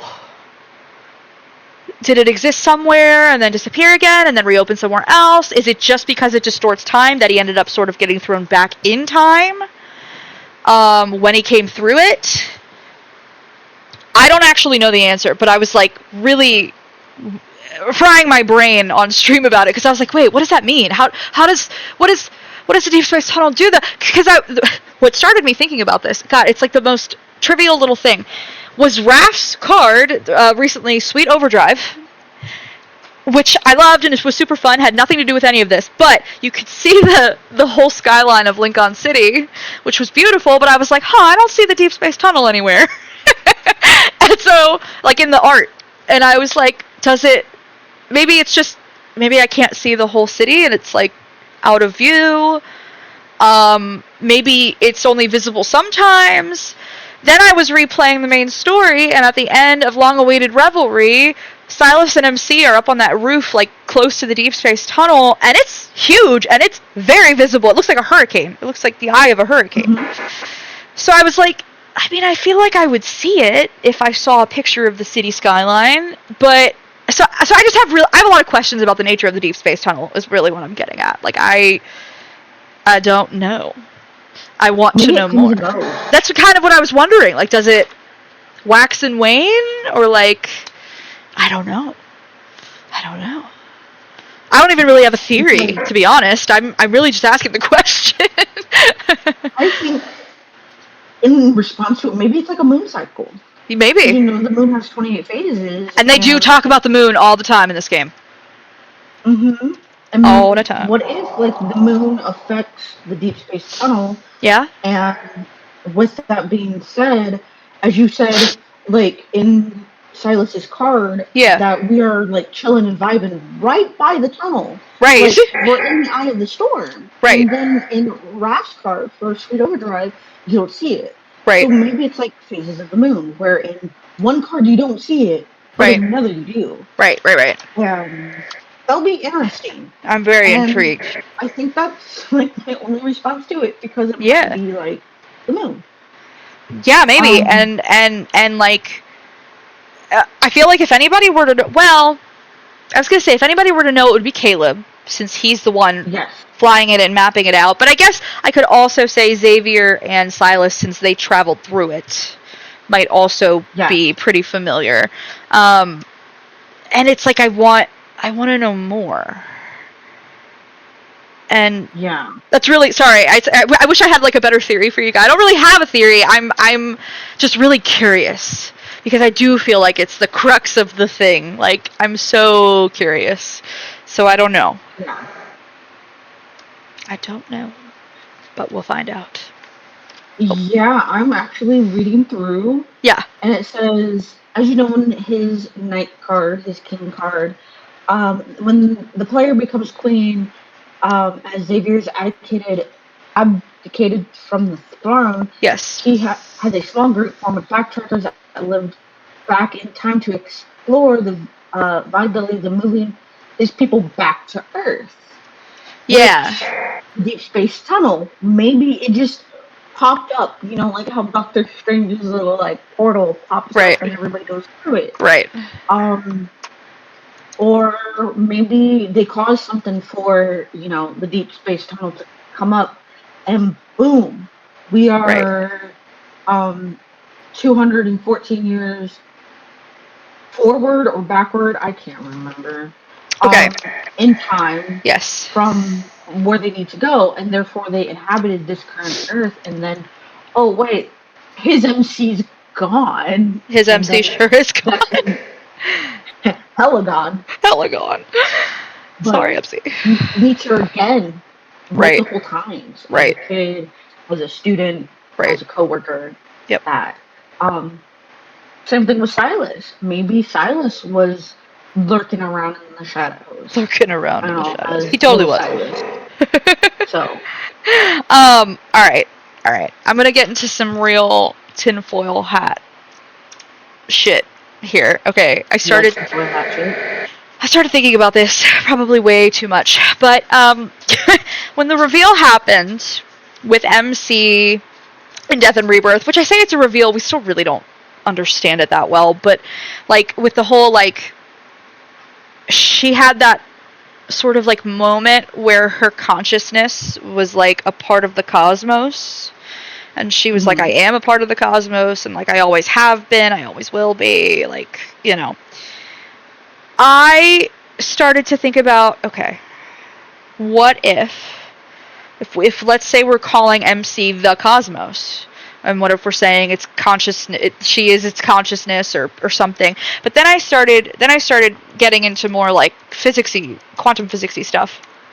And I started thinking about, all right, what if her consciousness is just dispersed? But I read about, hold on, I have to read what this is called, because I read about it when I was doing consciousness.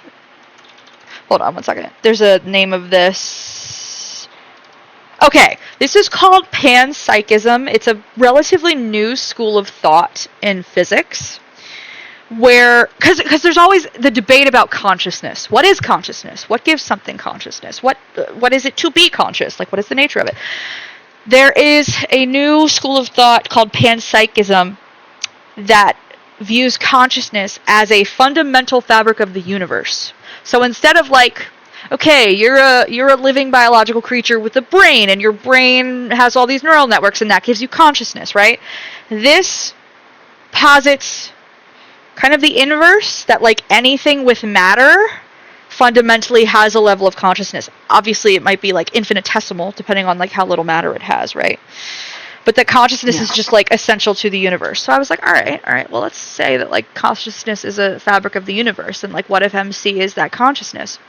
So then I started thinking about, okay, so if we're going to say that something with more matter is more conscious, the heaviest thing in the universe is a black hole, which I know that Caleb is gravity, the gravity evil. I do know that. But just humor me for a second. So I was like, okay, so if her consciousness is the most alert or aware or whatever you want to kind of call it, like in a black hole, there's also, so like, I was trying to read about it, and I'm not going to sit here and say that I'm like a quantum physicist. I'm not.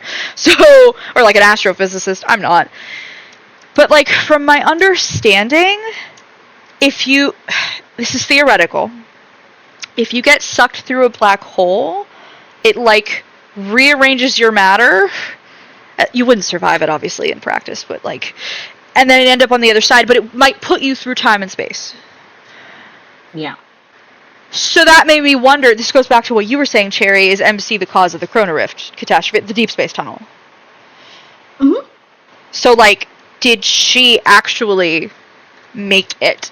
Like, and I don't mean like she was like, aha, I will make the deep space tunnel. I mean whatever manifestation of like her consciousness coming into being. Like when they manifested her on Earth. I don't know what to call it because I still am not entirely positive how she came to be.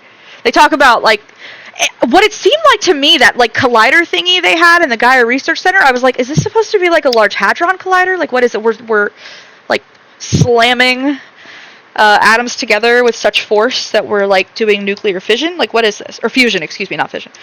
But anyway, so I was like, I don't exactly, and like why would that manifest a child? Like I don't know. But so I'm wondering if like her coming to be like caused the deep space tunnel. I don't know. I'm asking questions. I don't actually know. Well, from what it says and everything for that, it looks like she has a modified protocore or an ether core that's fused into her heart. She does. She do.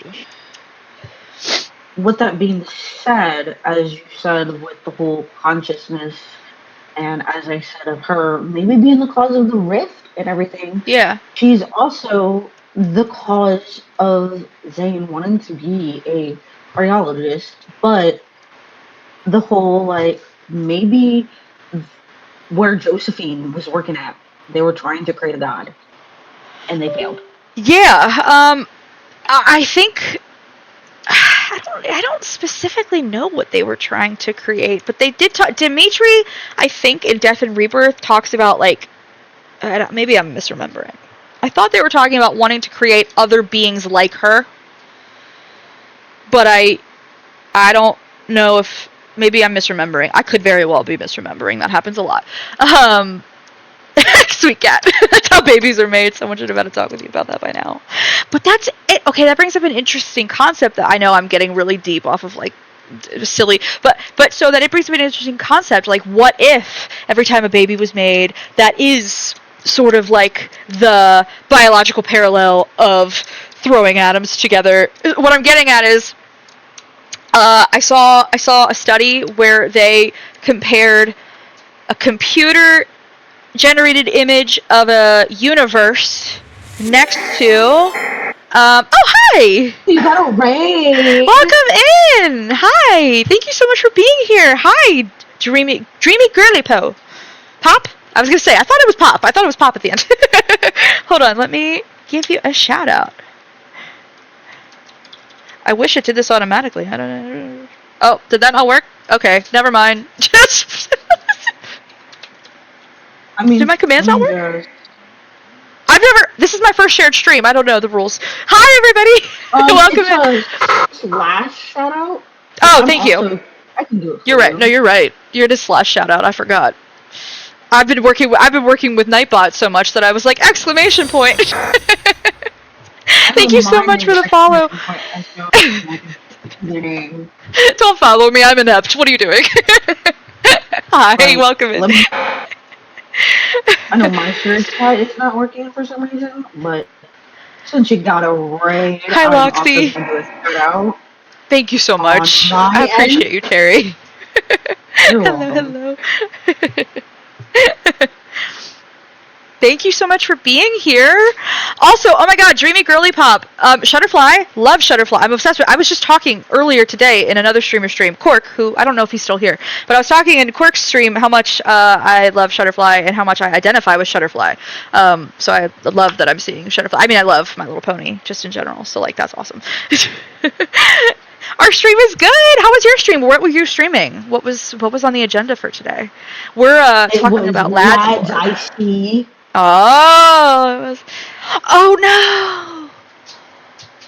Oh my God! I'm It sending you was all the LADS. love. I'm sending you all the love. You just finished the new myth. I did that last night, and I crashed out a little. Are you okay? Are you doing okay? We send you self-care. We send you love and hugs. Take care of yourself, whatever you need to.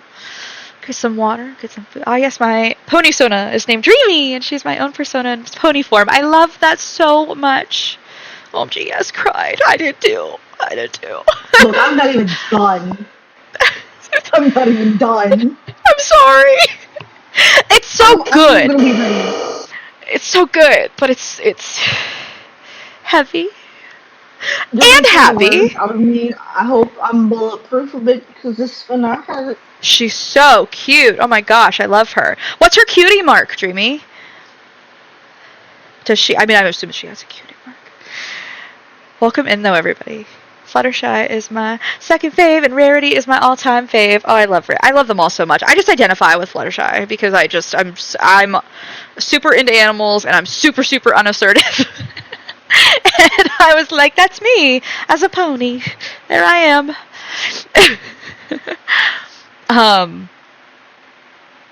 We are discussing all things LADS lore. She does have a cutie mark, and it's based on the LADS, guys. I gotta hear it. What is it? I have to know what it is. I gotta know. Same. I'm lurking in. 5 8-bit pink hearts with a cloud. Aww, I love that. By the way, welcome in. We're both LADS players. I'm Billabong. This is Cherry. Sorry, Cherry, to speak for you. Hi, I'm Cherry. Nice to meet you, Dreamy. I, of course, played LADS. I've been playing on and off for quite a while. And honestly, God of Annihilation kind of brought me back into the game with full force. Yes. So. And we are doing like a Lore Yap stream because I'm obsessed with the lore of this game, and I wanted to talk about it. And Cherry is also super smart and talks to me about lore theories all the time. And I was like, hey, we could like talk about this, maybe like on voice chat. I have cannons in your server. I have thoughts. I love it. Yes. Got a pack shot. No, I was at an anime convention, I think about 2 weeks ago, and there were 2 people at a booth who were cosplaying Raphael and Caleb, and we were yapping. Oh my God, I would have been so excited. Apparently I was the only one at the convention that knew what they were. That's shocking to me, kind of. Yeah. Okay.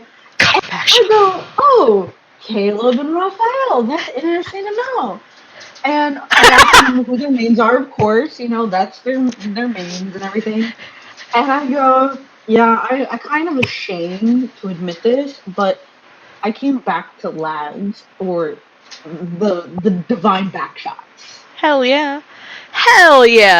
Cherry, I don't think you were on I know you were in and out of my stream last night, but I went through a whole little thing in my stream last night where I was like, alright, so we got divine backshots, and then it was Silas's miss, so I was like, infernal backshots. Evie, I give you credit for that because you came out. And then I was like, alright, Lemurian backshots, stellar backshots for Xavier, stellar stars.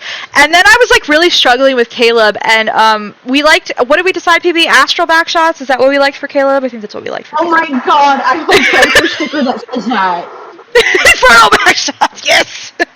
You really have, wait, you have a bumper sticker that says that? I have a bumper sticker that I made because I played Star Rail. Oh my God. Someone in my chat goes, actual backshots! So I have it made as a bumper sticker, and it's on the back of my husband's truck right now. That is so funny. We were destined to become friends. This is. Yes. Silas wouldn't like to hear that, but I think fate had a bit of a hand here. Yeah. That's so funny. Well, welcome. Yes, we're a little bit unhinged here, but like we do also get deep. Oh, that's what she said. He said? We don't kink shame. There's pegging. It's fine. I mean, fine. This is fine. Which one are we pegging? He's got so much cake, it's really astral backshots. I'm done. But literally, though. So who are your mains? Do you want to go first, Cherry, or do you want me to go first? Who are your mains? Okay, so my main is Zane, Silas, and Caleb. Caleb has gotten rung in to the circle of Snow, Crow, and as they say in Billy's server, unholy stepbro. So, of It's course, so good. like, So good. but that is my main, like, even, like, right now on my mic, I have, you can hear my little, things. Yes. I have, of course, Zane, and I have Silas on one end of my mic as Holy Trinity. keychains. Yes. I have them somewhere too, like on my desk, Yes. somewhere. I don't know where, but yeah. I love it. I also, funny enough, and I'm actually coming clean to my husband, Uh-oh. that there was, I, I got, I went to a booth at that same anime convention. Yeah. And the booth was set up. It has a bunch of LAD stuff, right? Uh-huh. And I was with my friend, and I'm looking dead at this body pillow. Okay? Oh my god. Yeah. And I'm over here like, I'm 30 years old, I'm an adult. I'm 30 years old, I'm an adult. I can go to that booth. Hell I yeah. can go to that booth. Yes, Hell I yeah. can. And my friend's like, what are you doing? I'm like, psyching myself up. And I'm dead looking at, Evil Zane, I'm just gonna call him as that Evil Zane on a Nice. body pillow. And I'm like, Nice. I gotta see what's at this booth. And they have like a bunch of different LADS things, Star Rail things, and Oh, that's so Zero fun. things. That's so cool. And what drew me in was Evil Zane body pillow. As it should. As it should. Dreamy Girly Pop, I have to ask who your main and or mains plural are. And anybody else who came in with the raid, feel free to chime in. We don't judge here. Everybody's all mains are valid. We love them all. I'm a harem girly, but I do have a hierarchy. I would be lying to you if I said I didn't. Silas and Raph are like Silas is really number one, but like Raph bounces between being tied for number one and tied for number two with Zane, and then Caleb, and then Xavier for me personally. Wait, Billa, you didn't tell us yours, did you? I missed it. No, I just said it. I just said it. Yeah. So I have to. Okay. I couldn't survive the game as a harem girl. OMG. I'm stupid. That's the moral of the story. I'm financially stupid. Yes, we are. We are gonna make it. We're making club member. I don't know what club member stickers or cards. We're making something about the certified Josephine haters. I'm gonna figure something out because I'm learning how to draw. I love it. I'm working on the club member card. Yes, yes, I love it. I will I'm absolutely purchase a club member card from you guys. I'm such a certified Josephine haters. I'm such a certified Josephine hater. I'm such a certified Josephine hater. I commented on, there was a TikTok, somebody posted the scene of, where you go home and you're visiting grandma and you see Caleb for the first time, right, and that scene, and I can't remember, somebody commented something about, like, bringing, like, imagine if you actually brought Zane, like, back to this like you said you would, and I was like, imagine if MC ever brought Silas home to meet Josephine. Just imagine. Okay, Silas is number one all day, every day, period. Caleb moved in second place recently. Okay. Then I think Zane's third because it used to be Raph, but he's proven to have a darker, messier side. I actually watched a TikTok about that, by the way. A messier side, and recently not a fan. Xavier's last for me too. Shut up, dreamy girly pop. Damn. So funny. Is there like some sort of correlation with everybody putting Xavier last that I have met? Because there's only one person that I know who is like a big Xavier fan. I have met Xavier girlies, but none of them are. None of them watch me. They're all like. I've met other disco. Wait, Loxy, are you a Xavier girly? Please, I welcome Xavier girlies. I want Xavier girl. I would love to. Xavier's a jealous lover that demands full attention. That's true.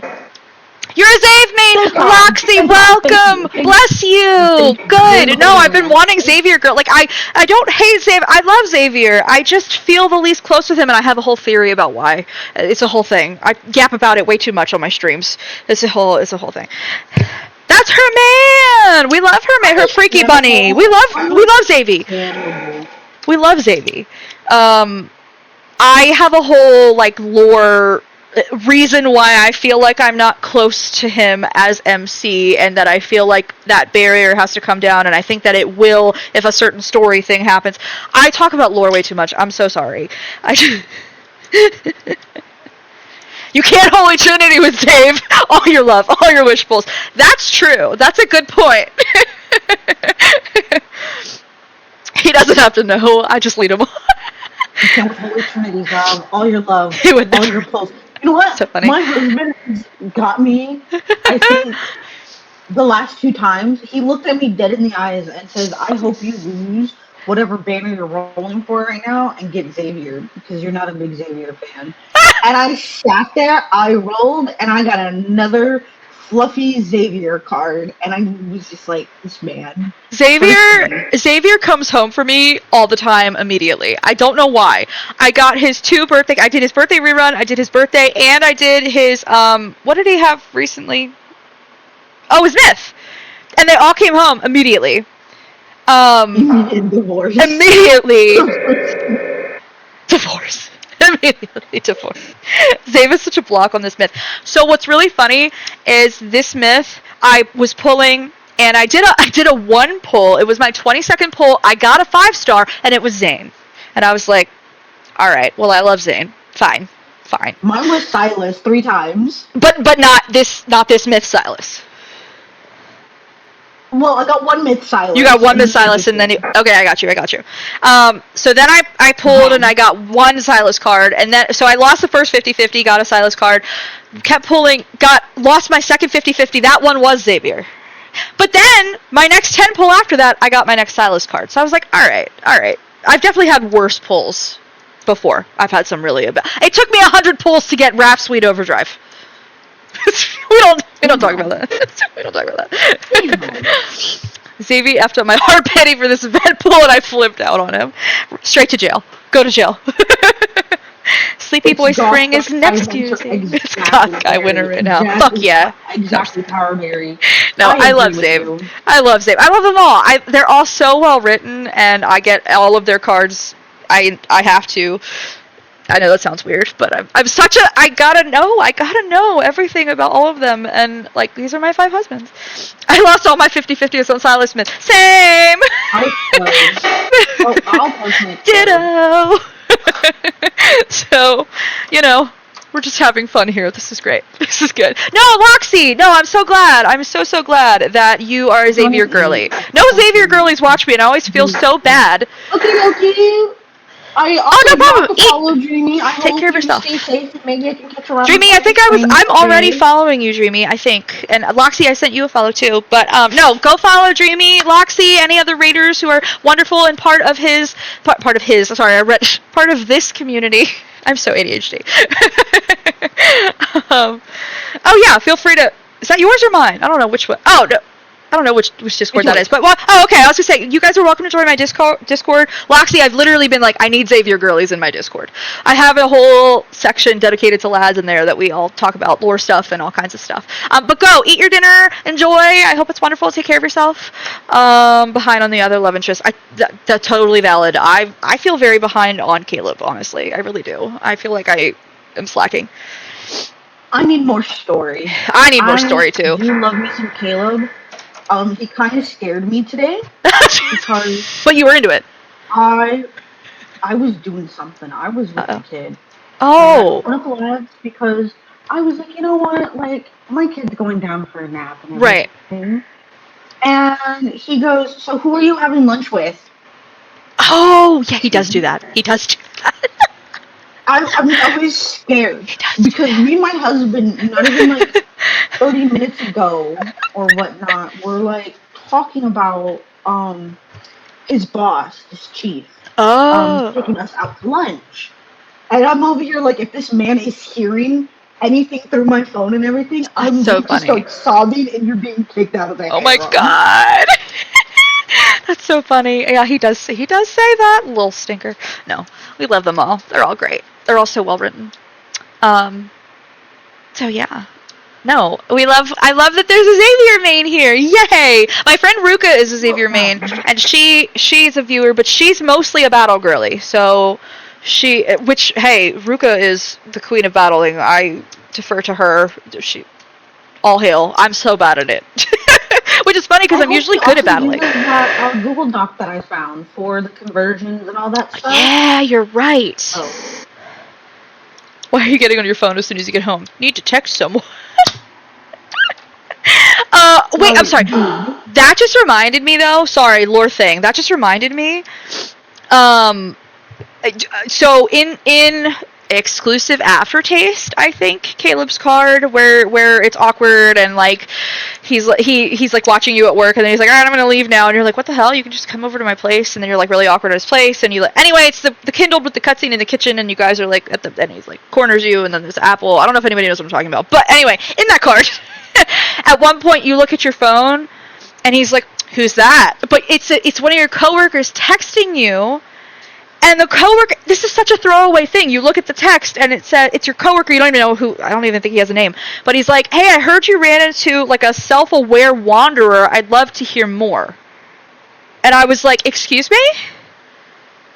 What? You're gonna drop that on me in full and never address it again?" Yeah. So like, what? So I'm waiting for that to come back at some point.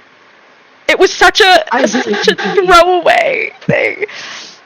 I'm also a battle girly, but also fairly new to the game, so you're missing a lot of cards, I'm sure, which, companions and stuff, that's gotta be hard. But, I'm learning. I'm not great. I didn't know how protocors work for the longest time. I've now learned, and I even learned more the other day, thank you, Sweet Cat, and, it was Sweet Cat and somebody else who were telling me. Who the heck else was telling me? Sweet Cat, I know you were one. Anyway.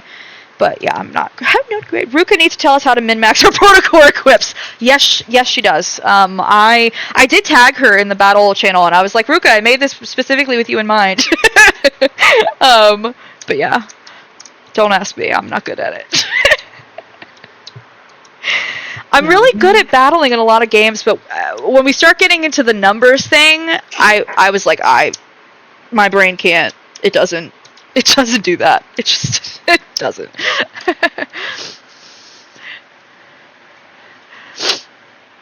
I actually took a peek in the Silas chat. Yeah. I love what PB said of, this is the face of a killer, Bella. Oh my god, that's so fun. I brute force everything. That's what I was doing for a very long time, PB. A very long time. Like an embarrassingly long amount of time. Brute force everything. I'm taking you play Claymore. Ooh. Claymore. Because I don't. I'm a wand user. You're a wand user? I hit auto, and I'm all like, goodbye. I always match my MC with the companion, which is probably stupid, but I like the... I know it doesn't actually do any, like, stat synergy, it just, like, looks clean to me, so that's what I do. So then I tend to play with whatever is there. Gotcha. Again, not great strategy. So I've ignored most of the orbits except for Xavier's, but I'm slowly getting to everyone else's. Well, that makes sense. If Xavier's remain, I'm sure you have more of his like memories than anybody else's, so it makes sense why you'd be farther with him. I need to. I'm trying currently. I didn't start until February of this year, so I have a lot of cards, but I'm missing like a bunch from last year, and then also a few interspersed ones this year. Like I missed the spring banner. I don't know what I was doing. I missed Caleb's myth. Again, I don't know what I was doing. I missed the Catch-22 one because I was working on sleep training my son. That's very valid, and that's a very good reason. I did Catch-22 was my first. I started during Catch-22, and I got that banner, and I was like. I was like, I love that. That's so funny. I think she has Caleb Catch-22. I gotta double check. That's so funny. I just remember I was like, I don't know what's happening, but I'm very happy to be here. Like, this is fine. I'll make it work. This is fine. I started at the wedding banner. Okay. But I'm so happy stuff is finally getting reruns. Absolutely. That's awesome. So yeah, so you are newer. How are you enjoying it? Are you caught up in the main story? I'm gonna come right back, Cherry. My dogs really need to go to the bathroom, so I'm gonna I'm gonna. Yeah, that's fine. I can yap to your chat if Yeah. needed. And I'm gonna read Loxy when I come back, and anybody else who chats. I swear, I'm coming back in like 5-10 minutes. My dogs are looking at me like, please, we have to go to the bathroom so bad. So Let me out. please, Let me out. be right back. But hi, chat. How are you guys? Hope you guys are doing good. I don't have Death and Rebirth. Stay focused, Okay, you kid. haven't done Death and Rebirth. Okay, cool. Just to let you know, I'm not going to spoil because I have to. I have to do a lot of refreshers. I've been watching a lot of TikToks that refresh me. Loxy. So for me, like I said, being a mom, like I have mega mom brain, and a lot of the times I have to sit down and like replay a lot. God of Nation. When did I start? It's kind of weird for me, Power, because I would say I started when the game first came out, but my phone storage space had no storage space. Like I played like a couple of the beginning and I just deleted my account because hey, like my phone didn't have the storage. I think I came back about I have to see how many days I'm with Zane real quick. It's like 400 and something days. So I can't remember what banner. I'm gonna double check with my time with him real quick. Um, 500 days. I don't know when or where I started. I don't know what banner was my first banner that I pulled, etc., etc. It was 500 days ago. Um, so that's what brought me back. Um, so right after my birthday, it looks like right after my 29th birthday because I turned 30 this year. So I started it the week after my birthday, and that was pretty interesting. Um, but I don't know what banner. I don't know what banner I pulled. I'm actually gonna look through my memories and see because like I remember seeing ads all the time on TikTok of Love and Deep Space, and the one that I kept seeing was always Zane. And I was just like, oh my god, he's like as a person who likes playing Otome games, I thought he was really handsome and I had no context. So, with that being said, um that's who dragged me into the game full force. No apologies whatsoever, and then I came into the game um like a week or two after my 29th birthday, and I've been enjoying it a lot. Um, I just wish what banner brought me into the game, like full force. But full force got me brought me back was God of Annihilation. Um, I've been avoiding Death and Rebirth because I have no main story left to read, so I'm saving for that. Just in case, and I'll recommend because I might have to do this myself, is read The World Underneath. Do that. Sit and read that. Take some notes.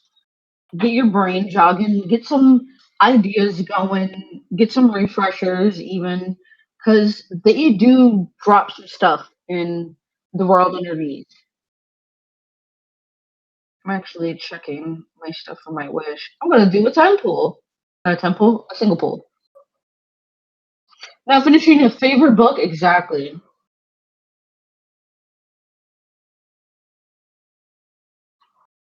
Already then chat, it's not gold.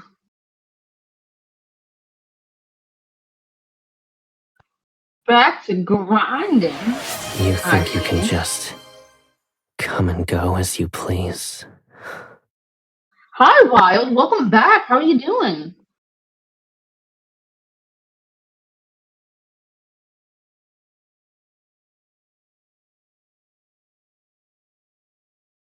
I haven't read the New World Underneath except the one related to Xavier. Okay. Oh wait, I meant to auto. You silly girl.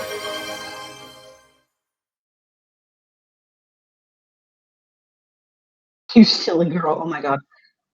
I'm here to learn lore and also cuddle Mala. Wild, if you ever decide to play LADS, I know for you, with you being a guy and bi, you can play the game if you feel like it. It's so good. I love Jeremiah's point of view. Okay. Um, if you ever wait a fucking second, I gotta take a note. I gotta take a fucking note. Cause I think I'm in some sort of chapter, and Anakinus was mentioned.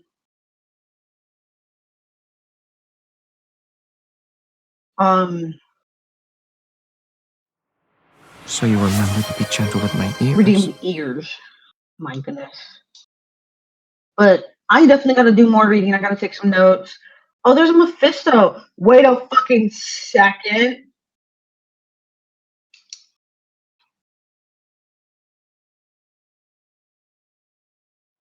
Master, Chapter three. master. Story H. Okay. But for you guys, like you, PB, what brought you into the game?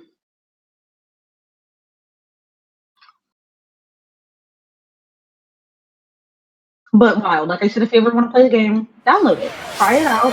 I understand it's a Stay gotcha, but focused, there is kitten. story, there's lore. If you want someone to yap to, hi, how are you? Or if you don't want to play the game and you just want to sit and like listen to me yap about this game, that is perfectly fine. I want to hear this all the time. I'm focused.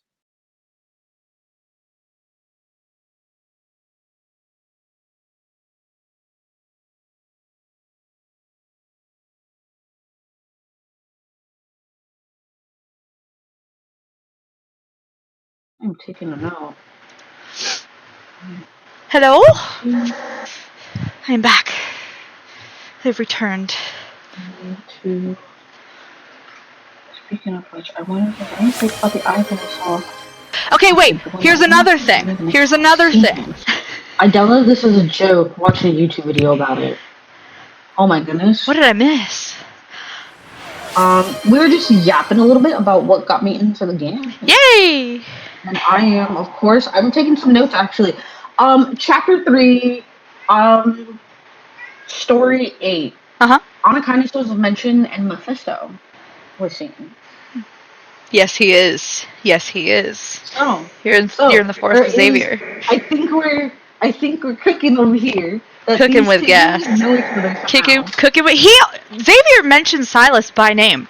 He talks about Anakinus, and he I can't remember specifically why, but he says their leader Silas something, and I was like, oh, like he knows Silas, or at least of Silas.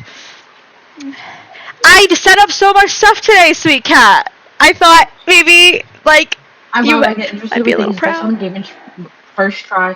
I tried the best to see how it's played and watching others and start playing and being dissolved. Understandable. I totally get that, Wild.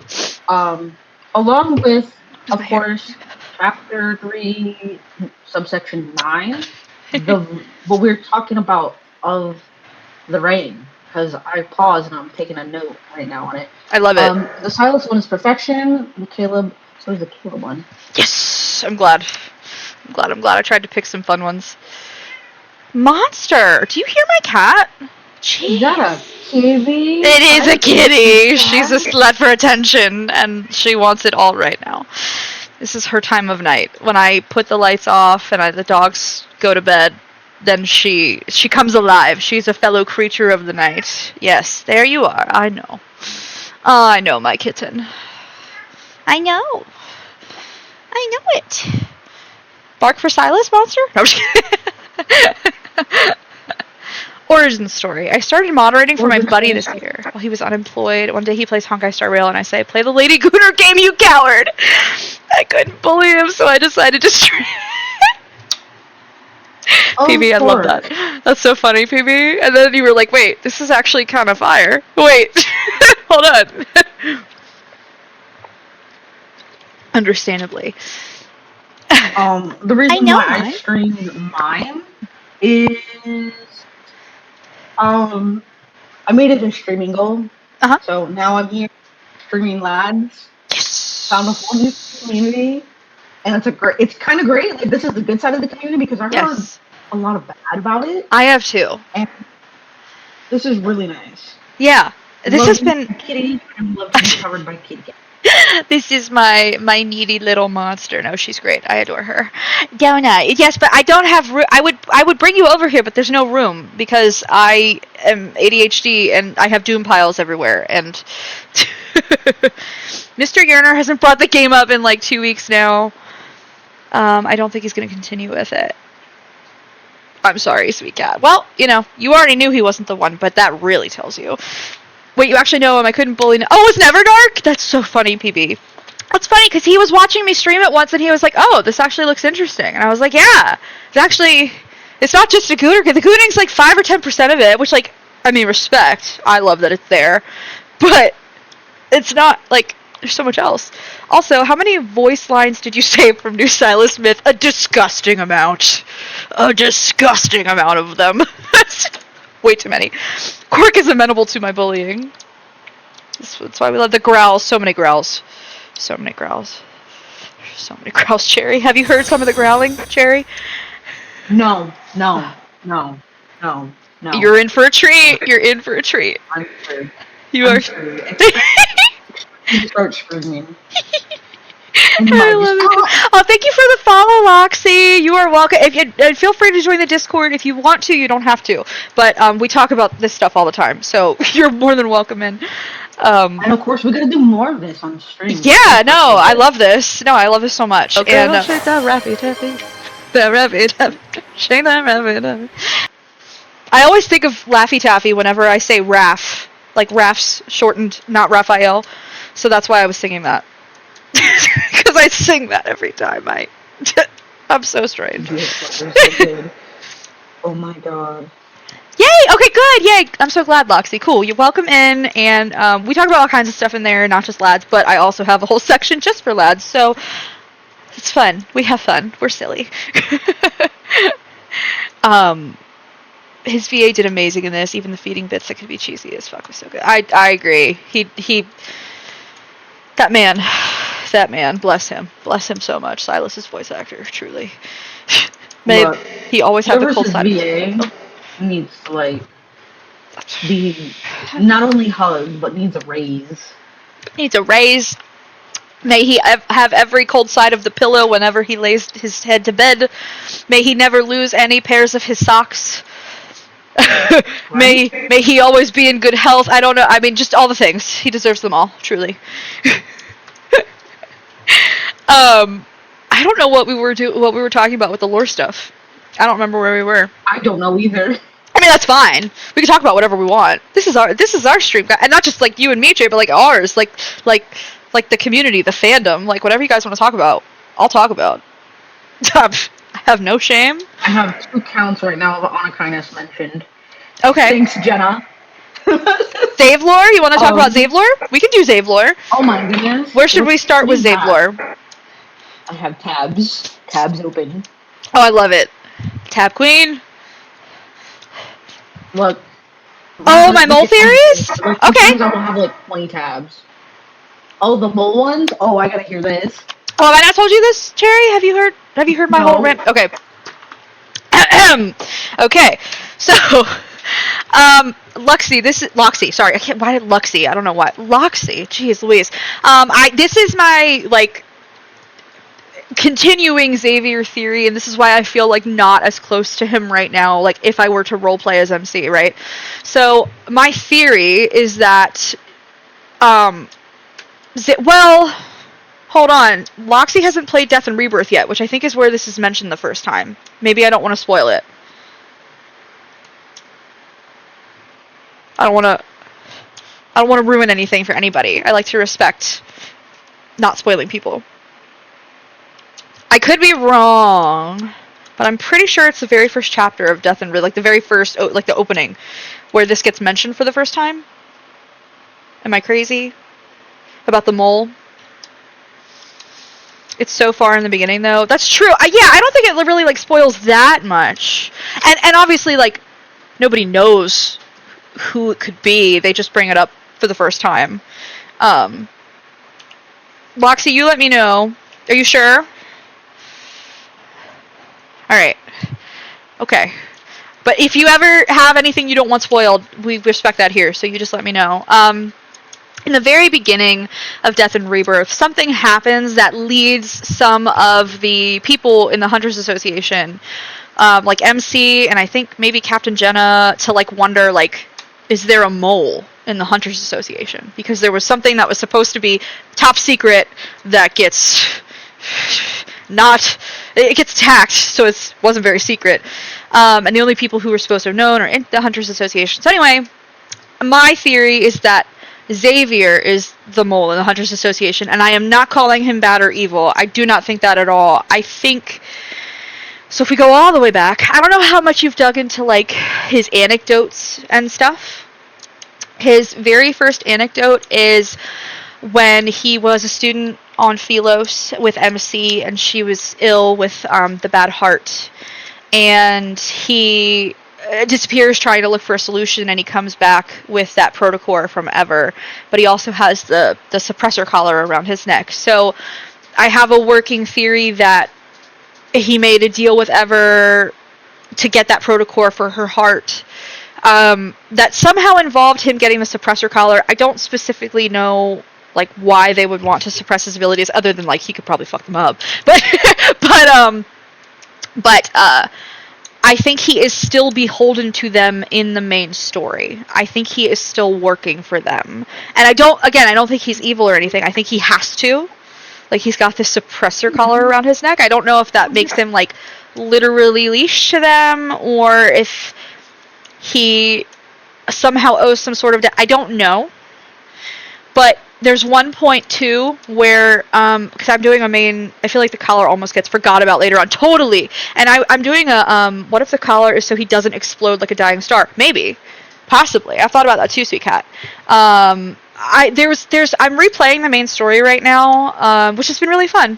Quick BRB. No problem. No. Take care of baby Mango Cherry. Absolutely. I'll yap now. This is my turn. But so I was replaying the main story, and there's a little... Everything used to be so animated in the main story, which I missed, but there's a little animation where Xavier... He, like, accesses his hunter's watch, but instead of it being a watch, it's his collar that lights up with all of the hunter information. So I was like, that's weird. And I was like, well, if that's an Ever collar, and he gets hunter stuff, I mean, like, theoretically, like, could that just, like, go right to Ever? And so as I'm doing this main story replay, if you see any of my VODs, you'll see me. It's like every other line, I'm like, Ever. Like, so he has one scene where MC is thinking about... MC used to have spoken dialogue. Don't get me started. I miss it so much. R.I.P. MC's voice actress. We love you so much, and we miss you in the game, and we want you back in the game. But I miss hearing MC. Me too. I do too, so much. I love watching it like a movie. Me too. Same. MC is not me. I know some people do self-insert, and that's totally fine, but my MC is not me. She is her own character for me.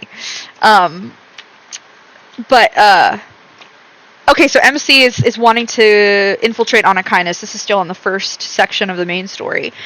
And Xavier's, like, in a back alley with you don't know who. I'm assuming it's a backtracker, because they start talking about the backtrackers. And the guy calls Xavier a traitor. Because he says something, he's like, you think we're traitors? Like, no, you're the traitor, Xavier. And then Xavier kills him.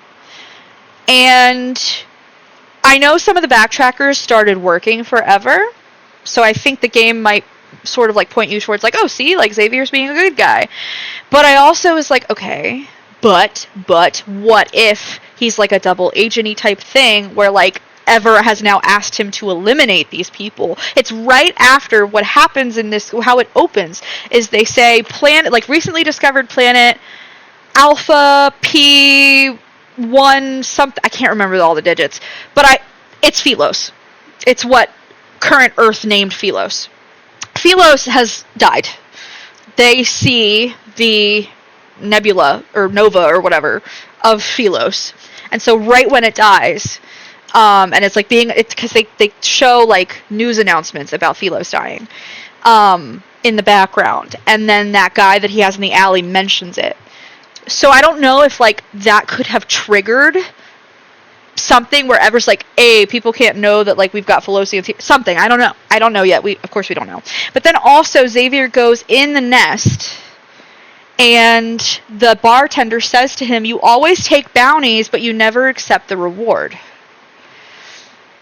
And I was like, okay, they could have been setting it up so like, okay, like Xavier's just a good guy or whatever. Or does his bounty go to Ever? I just kept running into so many. There was another. There's the part where he gives MC high clearance access to the Hunters Association. He has the highest clearance possible, and he says something about because she's like, well, how does the Hunters Association not know about ether cores? But Honor Kindness does, and he's like, the Hunters Association is like way behind with like technology, and they're not going to catch up anytime soon. And I'm like, why do you know that? And I mean, could we say, like, maybe because he's a time traveler and he was on future Philos? Sure. Or does he know about, like, is Ever interfering?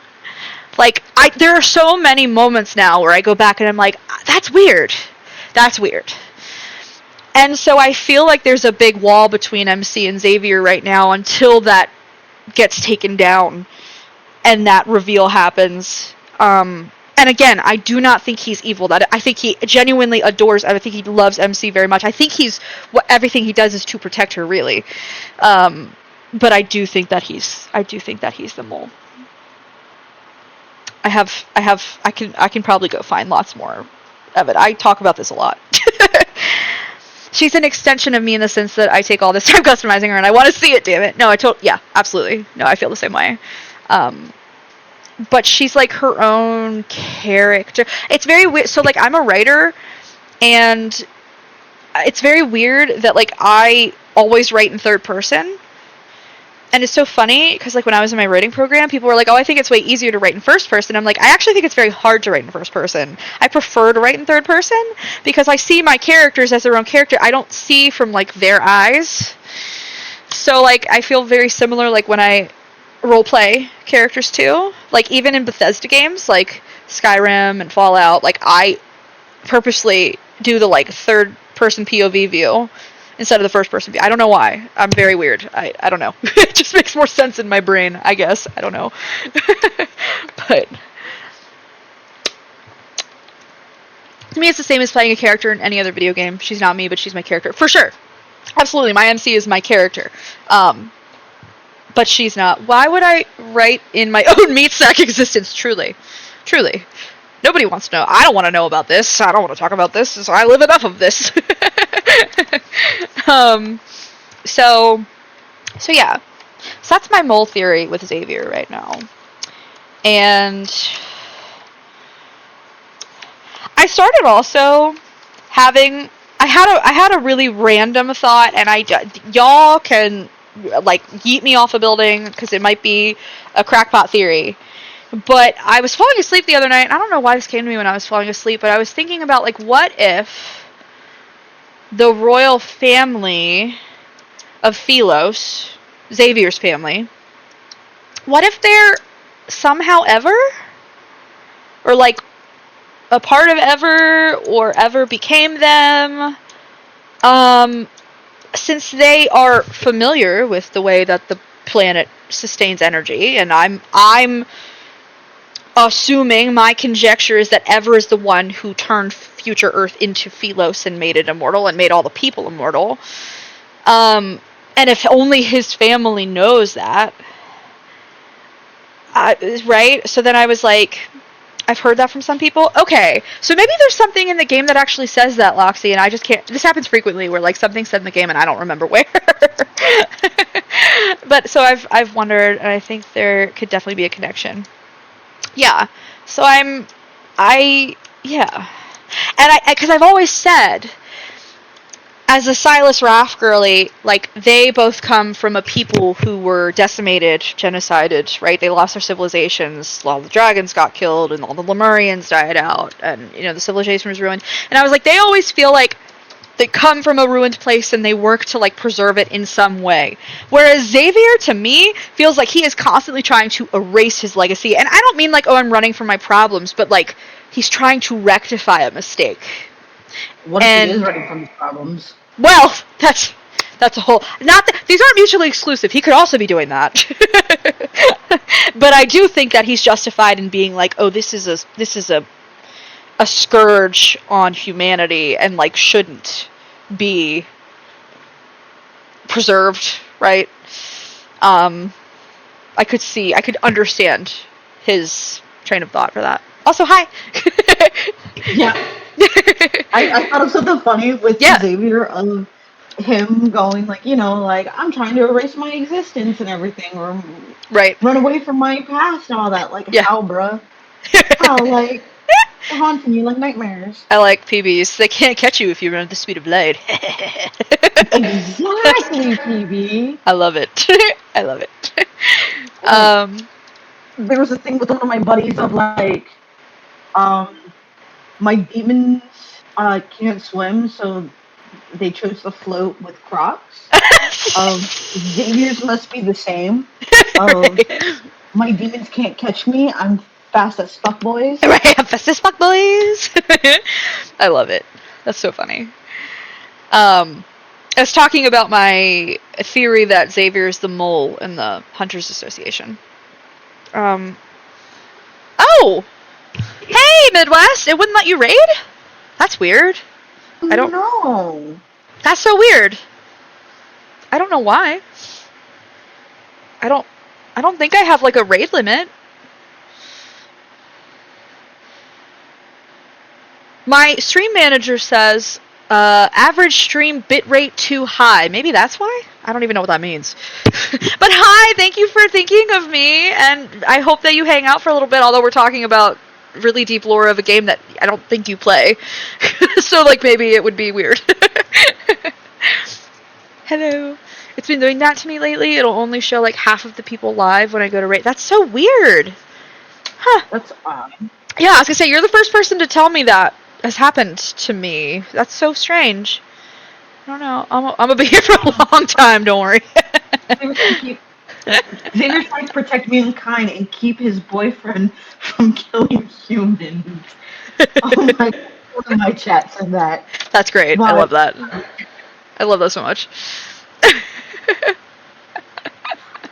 That's quite funny. I love it. Thank you, Midwest, for the follow. Cherry's really cool. Absolutely follow Cherry. Any of my followers who don't follow Cherry already, you should.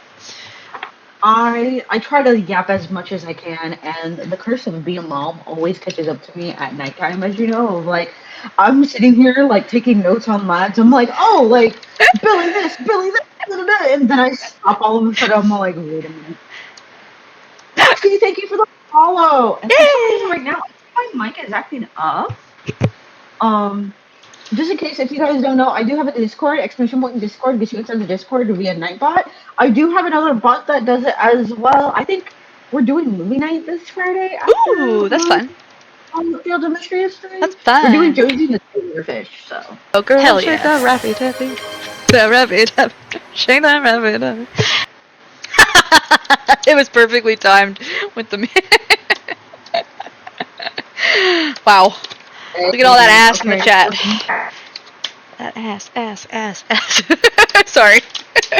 I should not be allowed to say things on the internet. Is downloading. That's right. I like does that to me all the time. All the time.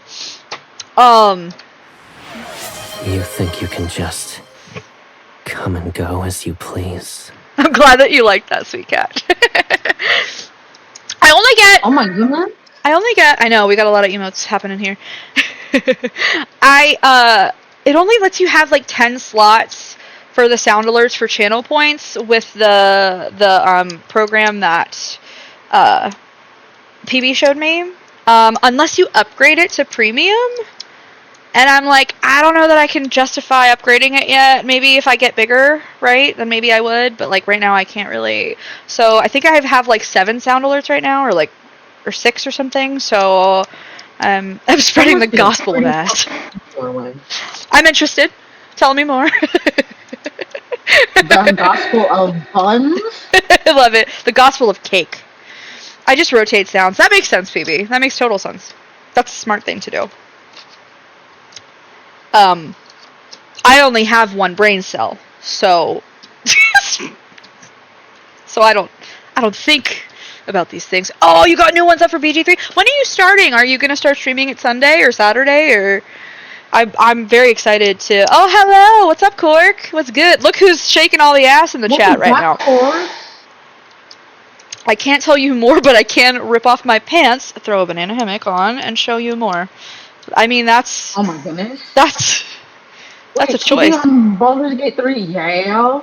Wait, PB on BG3? Yes! I know, PB, when you're starting, I want to watch. I gotta see. I gotta know.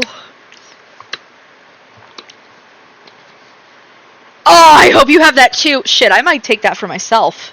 Sweet cat. I might take that for myself. Yo, come play Rivals. GG, I will be on Rivals in like 25 minutes. Wait, Cherry, I also play GG. Rivals. I'll fucking play, what's his name for you? I'll play Refrigerator Husband. GG.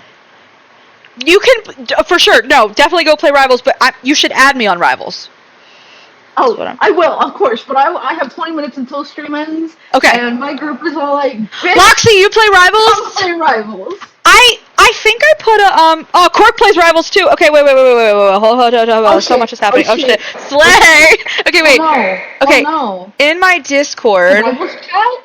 I think I have a Rivals chat in my Discord. I'm pretty sure I made one. I'm actually checking. I did make one. Now. I did make one. So I'm gonna put. Okay, wait. Here's another thing. Here's another thing. Posted in it. I'm gonna post first. Somebody's typing. Somebody's typing. It's me. I'm putting my. I have two Rivals accounts because I have it on my. I have my PlayStation and my PC. I have it on both. So I'm putting both of my names. I just picked it up. Hell yeah. I didn't have the Elgato when I first got my PC, so I just was like, well, it's free, so I'll just get it on PC too. I actually came back to the game not too long ago, and Gigi, who just popped up in my chat, it has been reteaching me support, and I also want to learn other roles, and apparently is Mr. Fantastic a DPS or a tank? Wild, please confirm to me. He's a tanky DPS. Huh? He's a tanky DPS. Yeah, maybe, who knows? What is that called? Oh, fuck, bruh. And I suggested, hey, I'll learn how to play Mr. Fantastic. Hell yeah. Because GV plays Invisible Woman. And I'm all like, you know what? I'll be the better husband. Fuck yeah, you will. Mr. Fantastic is DPS. Okay, yeah. Okay, so I would be if nobody has fucking what is that? Mr. Fantastic tonight, I will play. I will absolutely. Hell yeah. Play. He is DPS. He's very tanky as a DPS. So he's weird. Yeah. He's like almost hybridy, but he is technically a DPS. I play Slay Daddy Magneto. Fuck yeah, I love Magneto. Excuse me, are you trying to kill me, sweetheart? New esports team? Fuck yeah. I put my accounts in my Marvel Rivals chat in my Discord. So if anybody, feel free to add me on both. I will, of course. You've been playing Gambit, Loxy? I have not played since Gambit dropped because I have been streaming so much LADS and a couple other things. So I need to play. I'm behind on everything. Wild, ever. I have a plan for you. Don't worry. Oh, Wild? My friend Wild. He wants to play Rivals and everything, but he can't. The computer, like, keeps hogging up the computer. I said, "Don't worry about it. I have a plan. Don't worry about the plan, though." But yes, I played a little bit of the Cajun Persuasion known as Gambit, and I loved him. I loved playing Gambit. Yeah. So, before I forget, Chapter 4, Section 1, Family. Yes. Caleb already submitted an application for a long-term care ward. It's safe, quiet, and everything has been taken care of. Yeah, Caleb, 6 fucking feet under. That was so funny, and I was like, "Slay, Caleb, send her ass to a home. Who gives a shit? Fuck Josephine." I'm actually gonna screenshot this. I was like, "Fuck yeah." Okay, wait, I'm so sorry. Hold on. You just have to find your role. Like, I love playing support. You're an but at Iron the Man same main. time and everything, I hate playing support because I want to shove my head into a brick wall That's true. at 100 miles per hour. I'm an Iron Man main. I average around 45 kills a game as Iron Man. I have another friend who is just like that. He fucking kicks ass as Iron Man, and he's always MVP as Iron Man. And that's really his specialty. He's broken and they're def gonna nerf him. Gambit, aw, don't nerf him, but I love him. I play support, but I'm trying to learn DPS, but I'm so bad. I am a support main. I'm a really, really good support main, and then I'm okay at DPS, and then I'm ass at tanking. So, that's my only tank. I can do Penny. That's it. I was trying to learn Strange and Groot. It wasn't going great. I cannot play Penny to save my life. I don't know why I can play Penny. It's so strange. And I have some DPSs I'm really good at. I'm really bad at anybody who flies or swings. The swingers, the spiders, the venom, and no. I can't steer. No. I can't steer flyers either. I can steer pseudo flyers. So Jean Grey, Scarlet Witch, I fuck shit up with them. And who else am I good at on DPS? Hella, I'm okay at. I got. I don't remember. Tier Oh, also Squirrel Girl. I fuck up shit with Squirrel Girl. I fucking hate Squirrel Girl. I wish she can go. She's so cheap. She's so cheap. She is. I'll be the first to say it.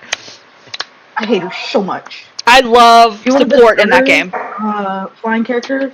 Try Iron Man in practice mode. Absolutely not. I would not touch a flying character to save my life. I would like to play Emma. I would like to try Emma. I would love to be good at Emma. I would love to be good at it. Yeah? Because, like, in Final Fantasy XIV, I play a tank.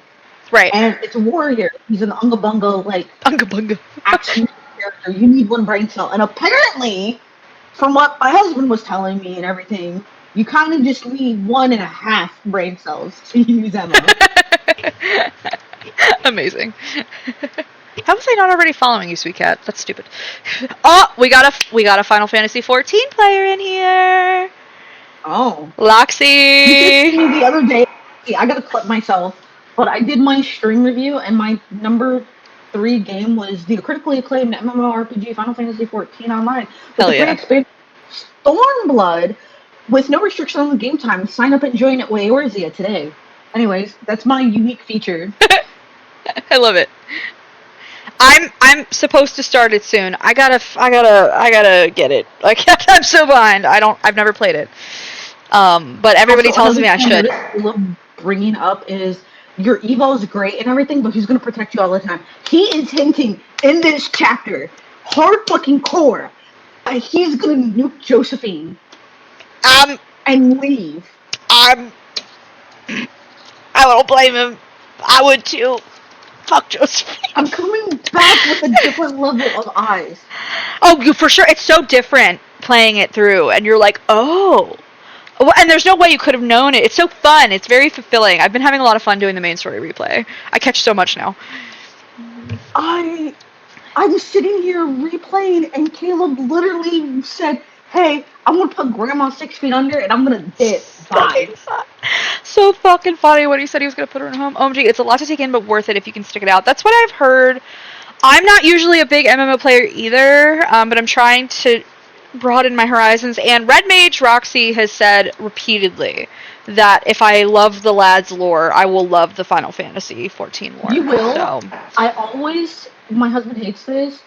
I always suggest this for new players. If you don't want to sit down through the slogfest of A Realm Reborn, listen to some YouTube video, podcasting, or whatnot.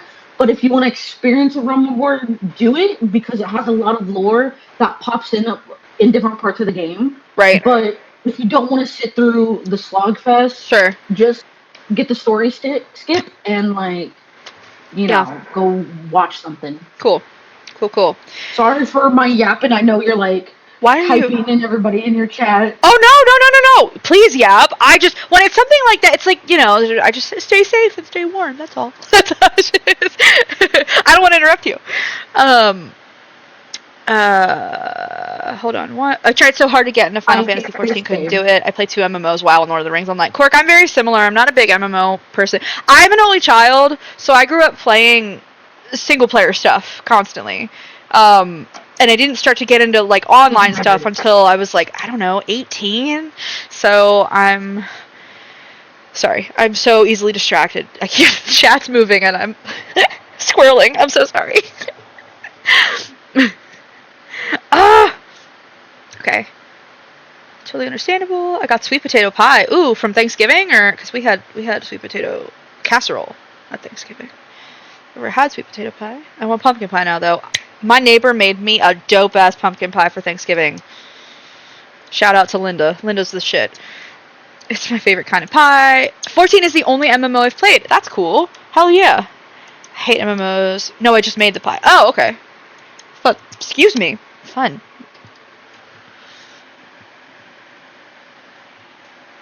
Okay. I'm sorry, Cherry. I didn't mean to cut you off. No, I'm writing actually. I have also been, okay, I've had a pen and paper in my hand, but I gotta be honest with you, I was not taking notes, I was doodling, but what I will tell you is that I doodle when I'm paying attention. I used to do that in school all the time, like during lectures and stuff. It like helps me focus. So like as you were talking, I was just doodling because it helped me listen to you and like put together things in my brain. No, I totally understand because ADHD. What's up? What happened to Dispatch? Information about me, even though in Billy's server I do talk a lot about being from Texas and the South and everything. Yeah. The big thing, Billy, back home is Sundays and Wednesdays church, as you know. Yep. And we kids, I took like a Bible study class. I think I was about 11, and I sat down just taking a lot of notes, like so many notes. Like I think like my entire book was full. Then I took another Bible study class with my mother-in-law, and my mother-in-law said I make a fantastic note taker. So like I'm sitting here and I'm looking at my notes, and like chapter 3 is like everywhere because it's Xavier. Yeah. But why is it so nice and neat with Caleb? I don't know. Oh wait, I'm in an ad right now. I don't even know if Lord of Pandemonium can hear me, but I'll get back to them in a minute. No, for real though. That's such a good point. I don't know. It's like how it is, how fleshed out they are. Yeah, maybe, or maybe they. I feel like everything Info does is so intentional, you know. So I feel like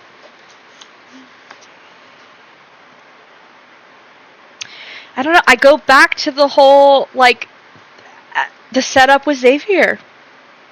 You know, the whole Mole and the Hunters Association, a big reveal, and I feel like maybe that's why they were kind of what's the word I'm looking for? Were like mysterious with the way that they laid out that part of the story. You know what I mean? I don't know if mysterious is the right word. What's the right word I'm looking for? You can do Death and Rebirth whenever you feel like it. Do you think I should do Death and Rebirth before Silas's new myth? Lord of Pandemonium, I did stream the first 3 episodes. It's on a VOD. I did it Monday. I think I did it Monday. Pretty sure I did it Monday. If you're interested in watching it. But I'm going to keep going either tomorrow or Friday with Dispatch, which is super fun, and I'm enjoying it. Did I pocket ban anyone? Not that I saw. You should be good. And then Loxy says, do you think I should do Death and Rebirth before Silas's new myth? I don't think you have to. Are you familiar with Silas's dragon myth, Loxy? Because that relates to the new myth a lot. MS Rosen is MC at the end of a specific myth. Elsa? What? Elsa cameo? Let it go. Let it go. made apple pie snickerdoodles. You're totally- ridiculously amazing. I bet. Don't I apologize. bet No you're reason to good. apologize. I'm sorry. I don't mean to talk over you, Jerry. No. You're good. I was at I'm Florida actually gonna Pandemonium. get a point, Yeah. anyways, for me. So. Right. No, for sure. Yeah. You got to go soon, right? Yeah, because I'm being summoned. Like You're being summoned like a for the demon bag. rivals. For Rivals. No, of course. Very But important. no, I'll put my information in the rivals chat. Yes, I please. just play support, but Everybody. I'm an all-rounder, so Everybody put your rivals info in my rivals chat. Lord of Pandemonium, no apology necessary. It is your life comes before my streams. Take care of yourself. Take care of school. Very important. But yes, I did do the first 3 episodes. I'm loving it so far. The VOD is on my page, and I'm going to keep going either tomorrow or Friday. I'm very excited. I've been really loving it. I love the whole like actual dispatching system. I think it's super fun. I was not happy that I had to be forced to choose between letting go Sonar or Coupe. I was not happy about that. But otherwise it's been great. right? Like this man just hops into a coffin and he hoodles. That battle move is so extra, so funny. I'm like, that's so, yeah, totally. He would do that. So he turns it into a bomb. I'm sorry, it's so funny. I would hop into that coffin with him anytime. They would have to pry me out of the coffin. Stay focused, kitten. How dare you? Whew, my loins. Help. Help me. Summoned like Cyrus.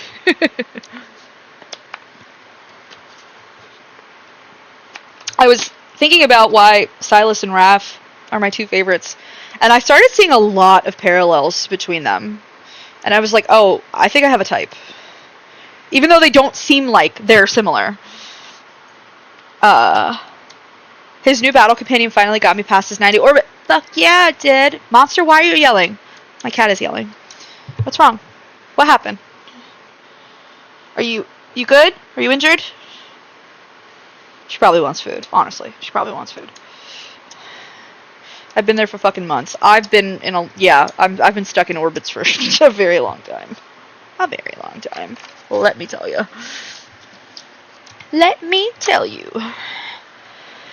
Well, Cherry, I think we're gonna kind of wrap this up. I know you gotta go play Rivals. I never ate dinner, so I should probably do that. But, yeah, I think we should do this again. I think this is really fun. And I would love it if anybody would like to also, like, be on voice chat. I think it'd be super fun, in the future. But, like, also no pressure at all. Totally happy to talk through chat, too. But, yeah. And I had enough resources to get both cards up to 70. Fuck yeah. Got one ascendant, and now it's at 72. Hey, the other I'm still getting resources to ascend. I really want to R2 him because I really want the alternate outfit. Silas has no blue in his closet. I got the one blue alternate outfit in the the banner idol card, whatever. But I really want to R2 this because I really want blue. I think Cherry's out. Bye, Cherry! How do I'm too stupid for this. I don't know how to make this unshared. That's okay. I'm at R1 and R2 is so tempting. I gotta go for it. My payday comes before the banner ends, and I think I'm gonna do it. He has no blue in this closet. He needs blue in his closet. I still have enough diamonds for 40 wishes, and it's so tempting to pull more, but I need to save them. I know, because first of all, we have the anniversary banner, but also, I'm going to have Caleb's new myth, and I need to get his rerun. I need to get Decoherence. I don't have it. So, I got a lot of stuff that I gotta get. So, I don't recommend being like me. It's not financially sound. But it does make my little lad's heart happy, but my wallet weeps in the background. I ran into the same issue today with Silas Zane. Silas rebels against power structures, hot. Zane messes with awful corporal rich people, also hot. In DG stream today, guys, am I Snowcrow? Yeah, Snowcrow's the place to be. Snowcrow is the place to be, PB. I'm a Snowcrow fish. So, and Caleb is which is funny because I really didn't think that was going to happen, but alas, here we are. Yes, I need both too. I R3'd KOD and GOA, so I'm broke. Oh my god, that's power to you. I have not R3'd. I haven't R3'd any myth companion or card or whatever. Oh yeah, that's not when an option for me. Disability makes it hard enough already without throwing money at virtual men's. Oh no, absolutely. It's not wise. Nobody. Did I just draw on myself? No. Oh, Silas has overtaken Caleb for first. That could change. Next Caleb myth. I mean, valid. Midwest is still shaking ass. We appreciate it. Midwest, are you in my Discord? You don't have to be, but that's where we're all posting our rival stuff. If you wanna play Rivals, because I love Rivals. And I had a whole group of friends that I played Rivals with, and they all decided they like Overwatch better, and they all ditched me. You know who you are. So I never have anybody to play Rivals with now. If Caleb starts punching space fascists, I'm in danger of sliding into an unholy trinity. Not just an unholy trinity, the unholy trinity. That is the unholy trinity. Yeah, I certainly do not recommend it. LOL. I wish I should have. I wanted to. Here, Midwest. There's my, yes, I'm so glad I set that up today. I gotta reinstall Rivals, but I'm up for it. Hell yeah. Cork, you better play too. Not even an optional wall. I just can't type. I can't speak or think. This is fine. Everything's fine. And I still have $55 in my Google Play account too. Yay! Good. And I must resist touching that. Yes, the temptation is strong. They got money. Make them pay your medical debt. That's how I am. I'm like, I'm not fucking paying you. You fucking pay it. It's a human right, bitch. Cough up this copay, Raph. Hell yeah. Where's that black card, Silas?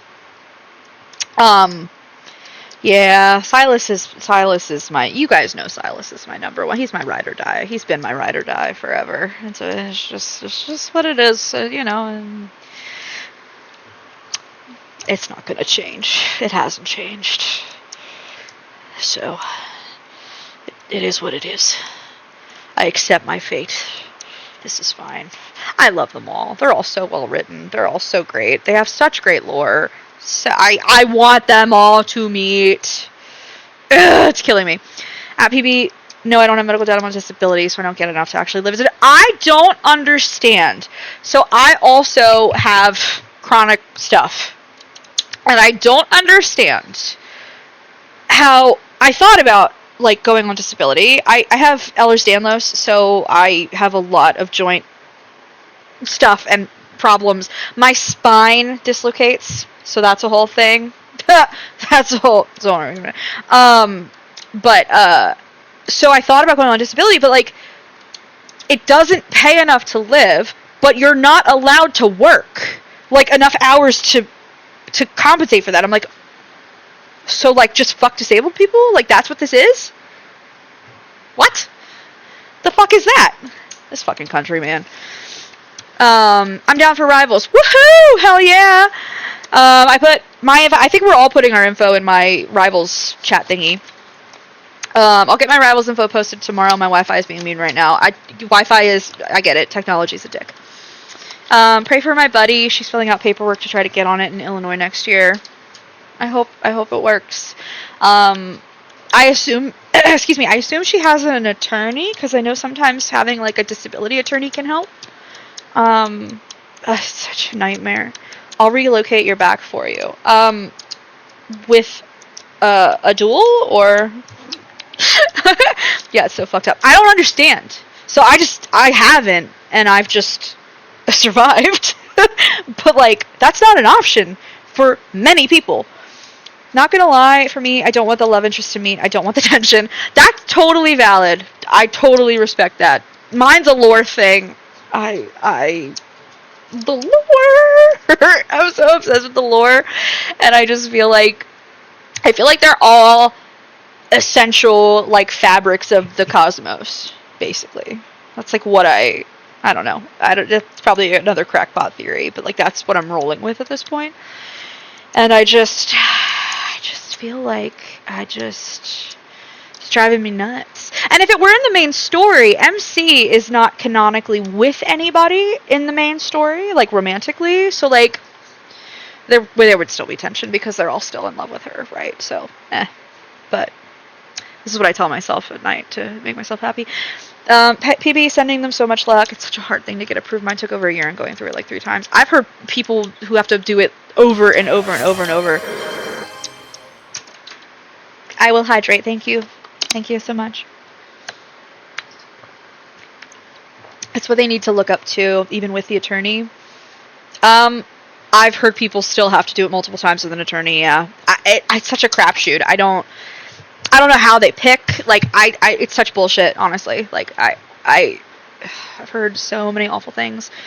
Yeah, you got to get through the denials before you get to the stage of needing one. And if you get the wrong one, you get fucked over. Had that happen my first time around. Oh no, sweet cat, I'm sorry. I agree. Yeah, I guess you can think of it that way. I mean, I think it's. I don't know, man. I think for me, I'm like so very much into Xavier, I can't include another man in that mix. Well, the good news is that Xavier feels the same about you. Xavier is also all about you. So, like, that's perfect. He also wants nobody else involved. So, that man gets mad. He gets jealous of himself. So, like, we love him. We love Xavier. PB, it depends on the attorney. Best bet is to find a local counselor for the handicapped or anything similar to help fill out initial paperwork. Since they'll know the best way to word things, they basically always deny you the first time, then you have to appeal. Yeah, there's a whole appeal process. And I mean, that's what they count on, right? They just make the process so impossible that they figure people will get tired and stop, which a lot do, which is fucked up. I'm definitely a certified chiropractor. Don't worry about why my degree isn't in my office. Perfect. Great. I love it. I love doctors whose degrees aren't in their office. I trust them implicitly. I have a side relationship with Zane in another universe. I see you. I see you. Little side Zane lover. Zane's amazing. I love Zane so much. He goes back and forth between, like, being in second place and being in third place. I love him though. I love Zane dearly. PB, if your friend has good medical records from current doctors, it helps enough too. I bet it does. Quirk over here staring at Canadian. Lucky. I've wanted off this fucking nation for, oh my god, since I studied abroad in Australia when I was like 15. I take payment in the forms of chicken parm and hugs. I can provide both of those things, actually. Amazingly enough. Yeah, I went through the whole thing, trial and all. Oh no, with a shitty lawyer who didn't turn in my medical paperwork on time. No, and he mispronounced my name of the hearing. No, I'm so sorry. That's so fucked up. I mean, I'm glad you got it eventually, but like, you shouldn't have had to go through any of that. I started as Zane main, but Lightseeker was the first card I read, and I've never gone back. Hey, I respect it. I was also a Zane main until I met Silas, and I have also never gone back. I've also never gone back. So I understand what it's like. You know. When you know. I get it. I do. The judge was like, I'm not going to penalize you for his fuck up, but you're lucky I'm not throwing this out right now. Oh, I mean, it's like, okay, thank you, judge, but also like, Then I had to start all over and luckily had better help that time around. Well, thank goodness. Thank goodness you had better help that time around. Jesus Christ. That's the other thing that I hate about, can I sub out chicken parm for a hug and head pats? Sure. I do head pats. I have 5 dogs and a cat. We do lots of head pats around here. Head pats are common. Very common around here. Caleb is third wheeling, but I can't afford him, so I try to push those thoughts out of my mind. That's okay. He's doing great. He's all right. He's hanging out. He's there. If and when you are able to entertain him, and if not, he'll still be there because that's him. He lurks and he stalks, and he's happy with that. I love Caleb. Xavier used to be higher up for me, and then... You think you can just come and go as you please? Well... No, Xavier used to be higher up, and then Caleb overtook him, which was weird. I was like, how'd that happen?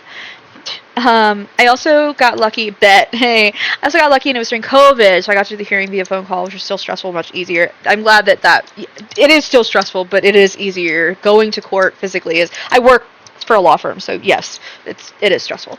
I just got his Colonel myth, but haven't done anything with it yet.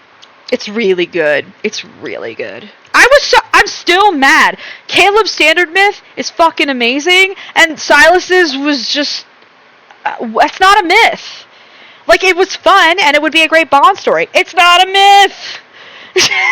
I can't. My opinion of him goes down every time he says pipsqueak. You know, the pipsqueak thing doesn't actually bother me because it's so rooted in aviation. And, like, actually has like a meaning or whatever. If it didn't have that and he just called MC Pipsqueak, it would probably get more on my nerves. Can't talk about the best uriner without the sound clip. You right. Me with Raph and Cutie, to be honest. Oh, interesting. So you hate Cutie. Interesting. Yes, he was done dirty with his myth. I'm sorry. I'm still salty about it. I guess I'm going to be forever salty about it. I won't let it go, I guess. My auntie calls me Cutie, so I actually find that endearing. Aww, that's cute. I don't mind Pipsqueak. Yeah, I don't mind Pipsqueak either. I don't really mind any of their names because they've earned them. Right? Like, they make sense for the character and their lore and their background. I know them very well, so, like, none of them really bother me. If a random person walked up to me and called me any of these things, I'd probably punch him. But, and, like, I have had ex-boyfriends who called me baby, and I fucking hate baby. I don't know what it is about being called baby. It makes my skin crawl. It makes my stomach churn. I hate being called baby. And I would literally tell my exes, like, please don't call me baby. Like, please don't call me baby. And they would do it anyway, which really pissed me off.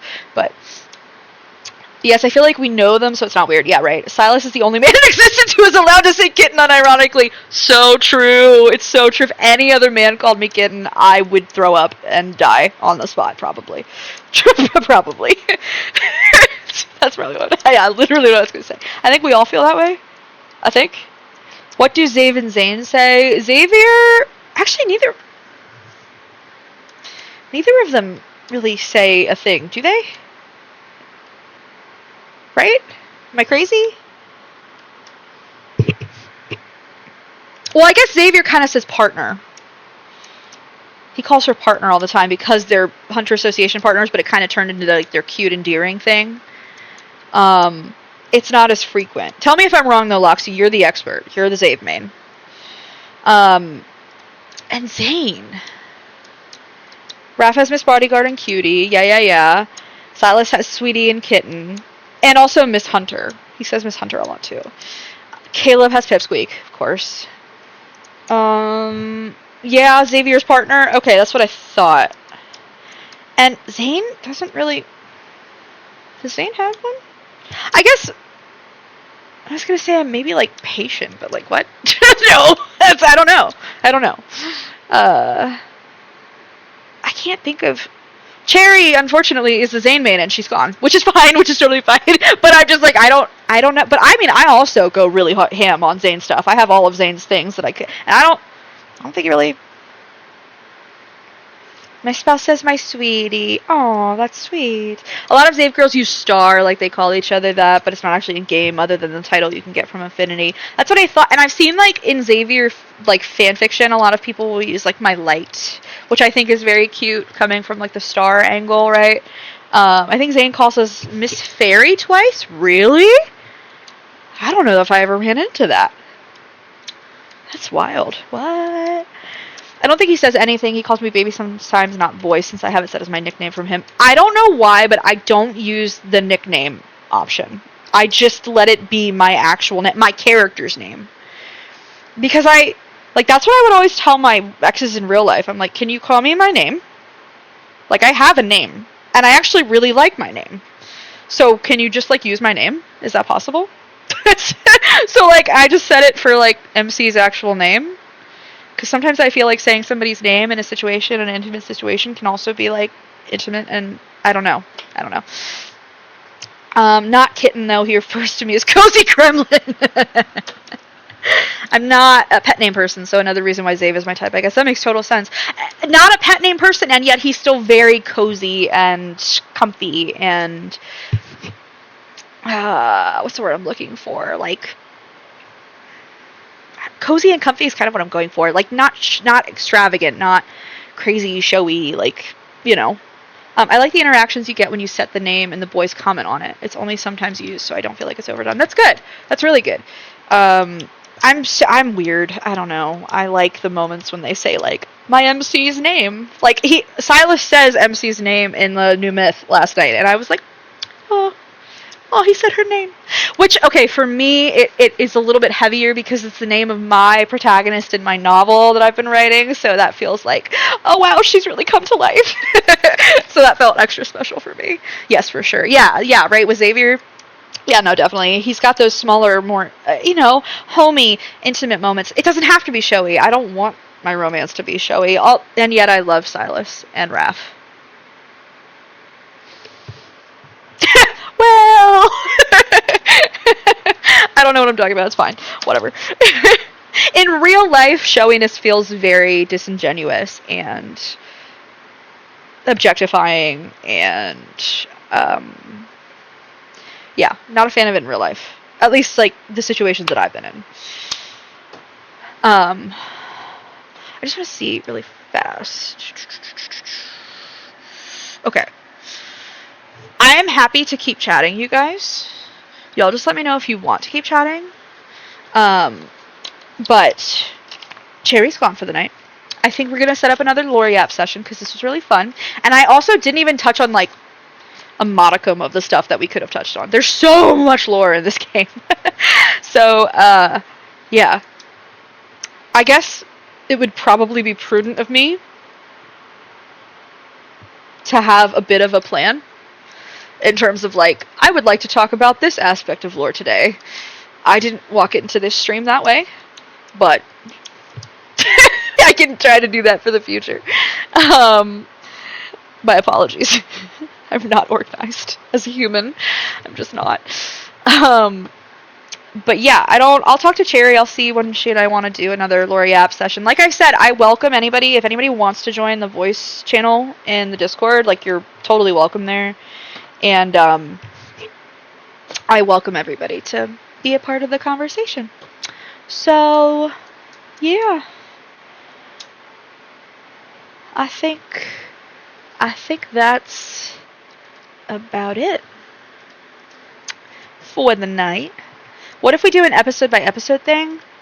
We could do that. Episode by episode, like in the main story, or do you mean like memory? We should go watch Arcane in Roxy's Discord. I was thinking about that, and I was wondering to myself, PB, if they had started yet, because I fucking love Arcane. I was wondering if they had started yet. So I was thinking about rating Roxy after this. That's so funny. PB. On my wavelength. We can say, okay, we're doing this episode, so whoever wants to join can read it and be up to date on it. Okay, cool. Yeah, I get what you're saying. Yeah, for sure. Or like if we decide to do certain, like, World Underneath entries or something. Yeah, like main story to start. Yeah, for sure. We could do that. I'm down for that. I'll run it by Cherry too. Like a book club kind of thing. Yeah. It's so funny because I have a book club with my other friends, which is really funny. She's not streaming, but we can bounce on that Discord. Why is that? Why does that sound spicy? I don't know. Yes, we can bounce on that Discord. I'll raid somebody else. I'll find somebody to raid. Yeah. Okay.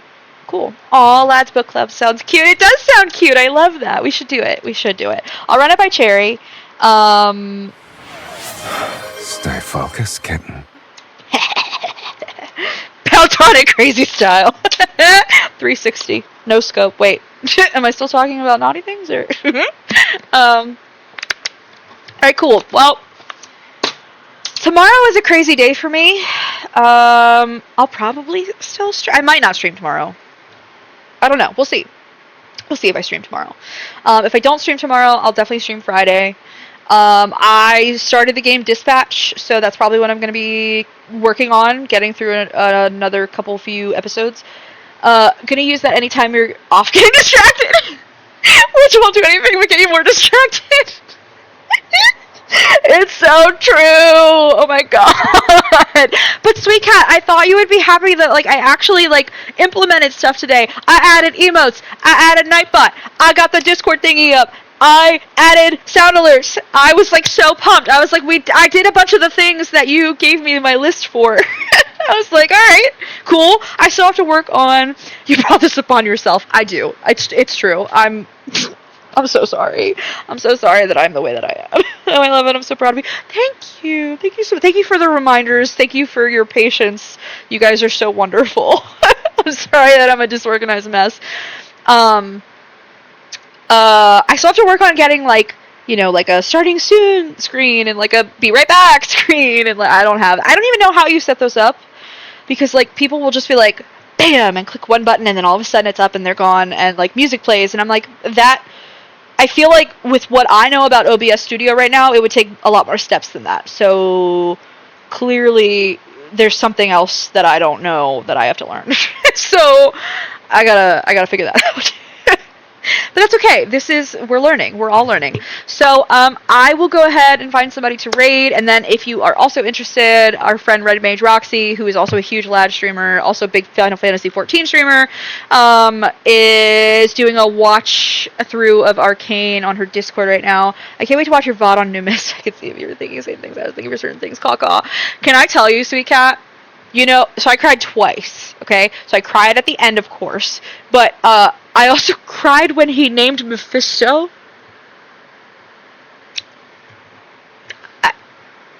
I don't have a good reason. I was so excited. I was so happy. That's my son. That's my burb son. He got his name. I was so excited. I was beside myself. I was so emotional. Oh man. I apologize that it's freaking 6 hours long. I don't know how that happened. I really don't. I screamed and got chills and absolutely teared up. I got to look at my son. I hear it, Phoebe. I might have to make that a sound alert too if I can find it on here. Or I'll make it myself, whatever. Because I do talk about my sons a lot. I'm pretty sure it scared Kenzie from how loud I was. Poor Kenzie. Kenzie said, "Mom, what are you doing?" Okay. So, I will be on either tomorrow or Friday. Honestly, I'll probably be on tomorrow. I don't know. I just have a really long work day tomorrow, but that's okay. Okay, let's go see. Let's go see who we can raid. Okie dokie. Oh, I'm in just chatting right now. Should I look for 11 Deep Space? I'll look for 11 Deep Space person. Yeah, let's look for 11 Deep Space person. What we got? Alright, so Omnistruck is doing the new myth. I don't know Omnistruck. Shigla Maris is also doing the new myth. Jane Silver's doing the new myth. Oh, is Nidalize Jordan's doing? Oh my god, I should maybe raid Jordan. That's so funny. I might raid Jordan. I gotta raid Jordan. I followed him forever. I gotta raid him. Alright, we're gonna raid Nidalize. He's super funny. And I will see you guys tomorrow or Friday. Also, if you're not in the Discord, feel free to join. We talk about a lot of things in there. I'm really excited that I'm gonna get everybody's rivals information. And yeah, I'll see you when I see you. Good night.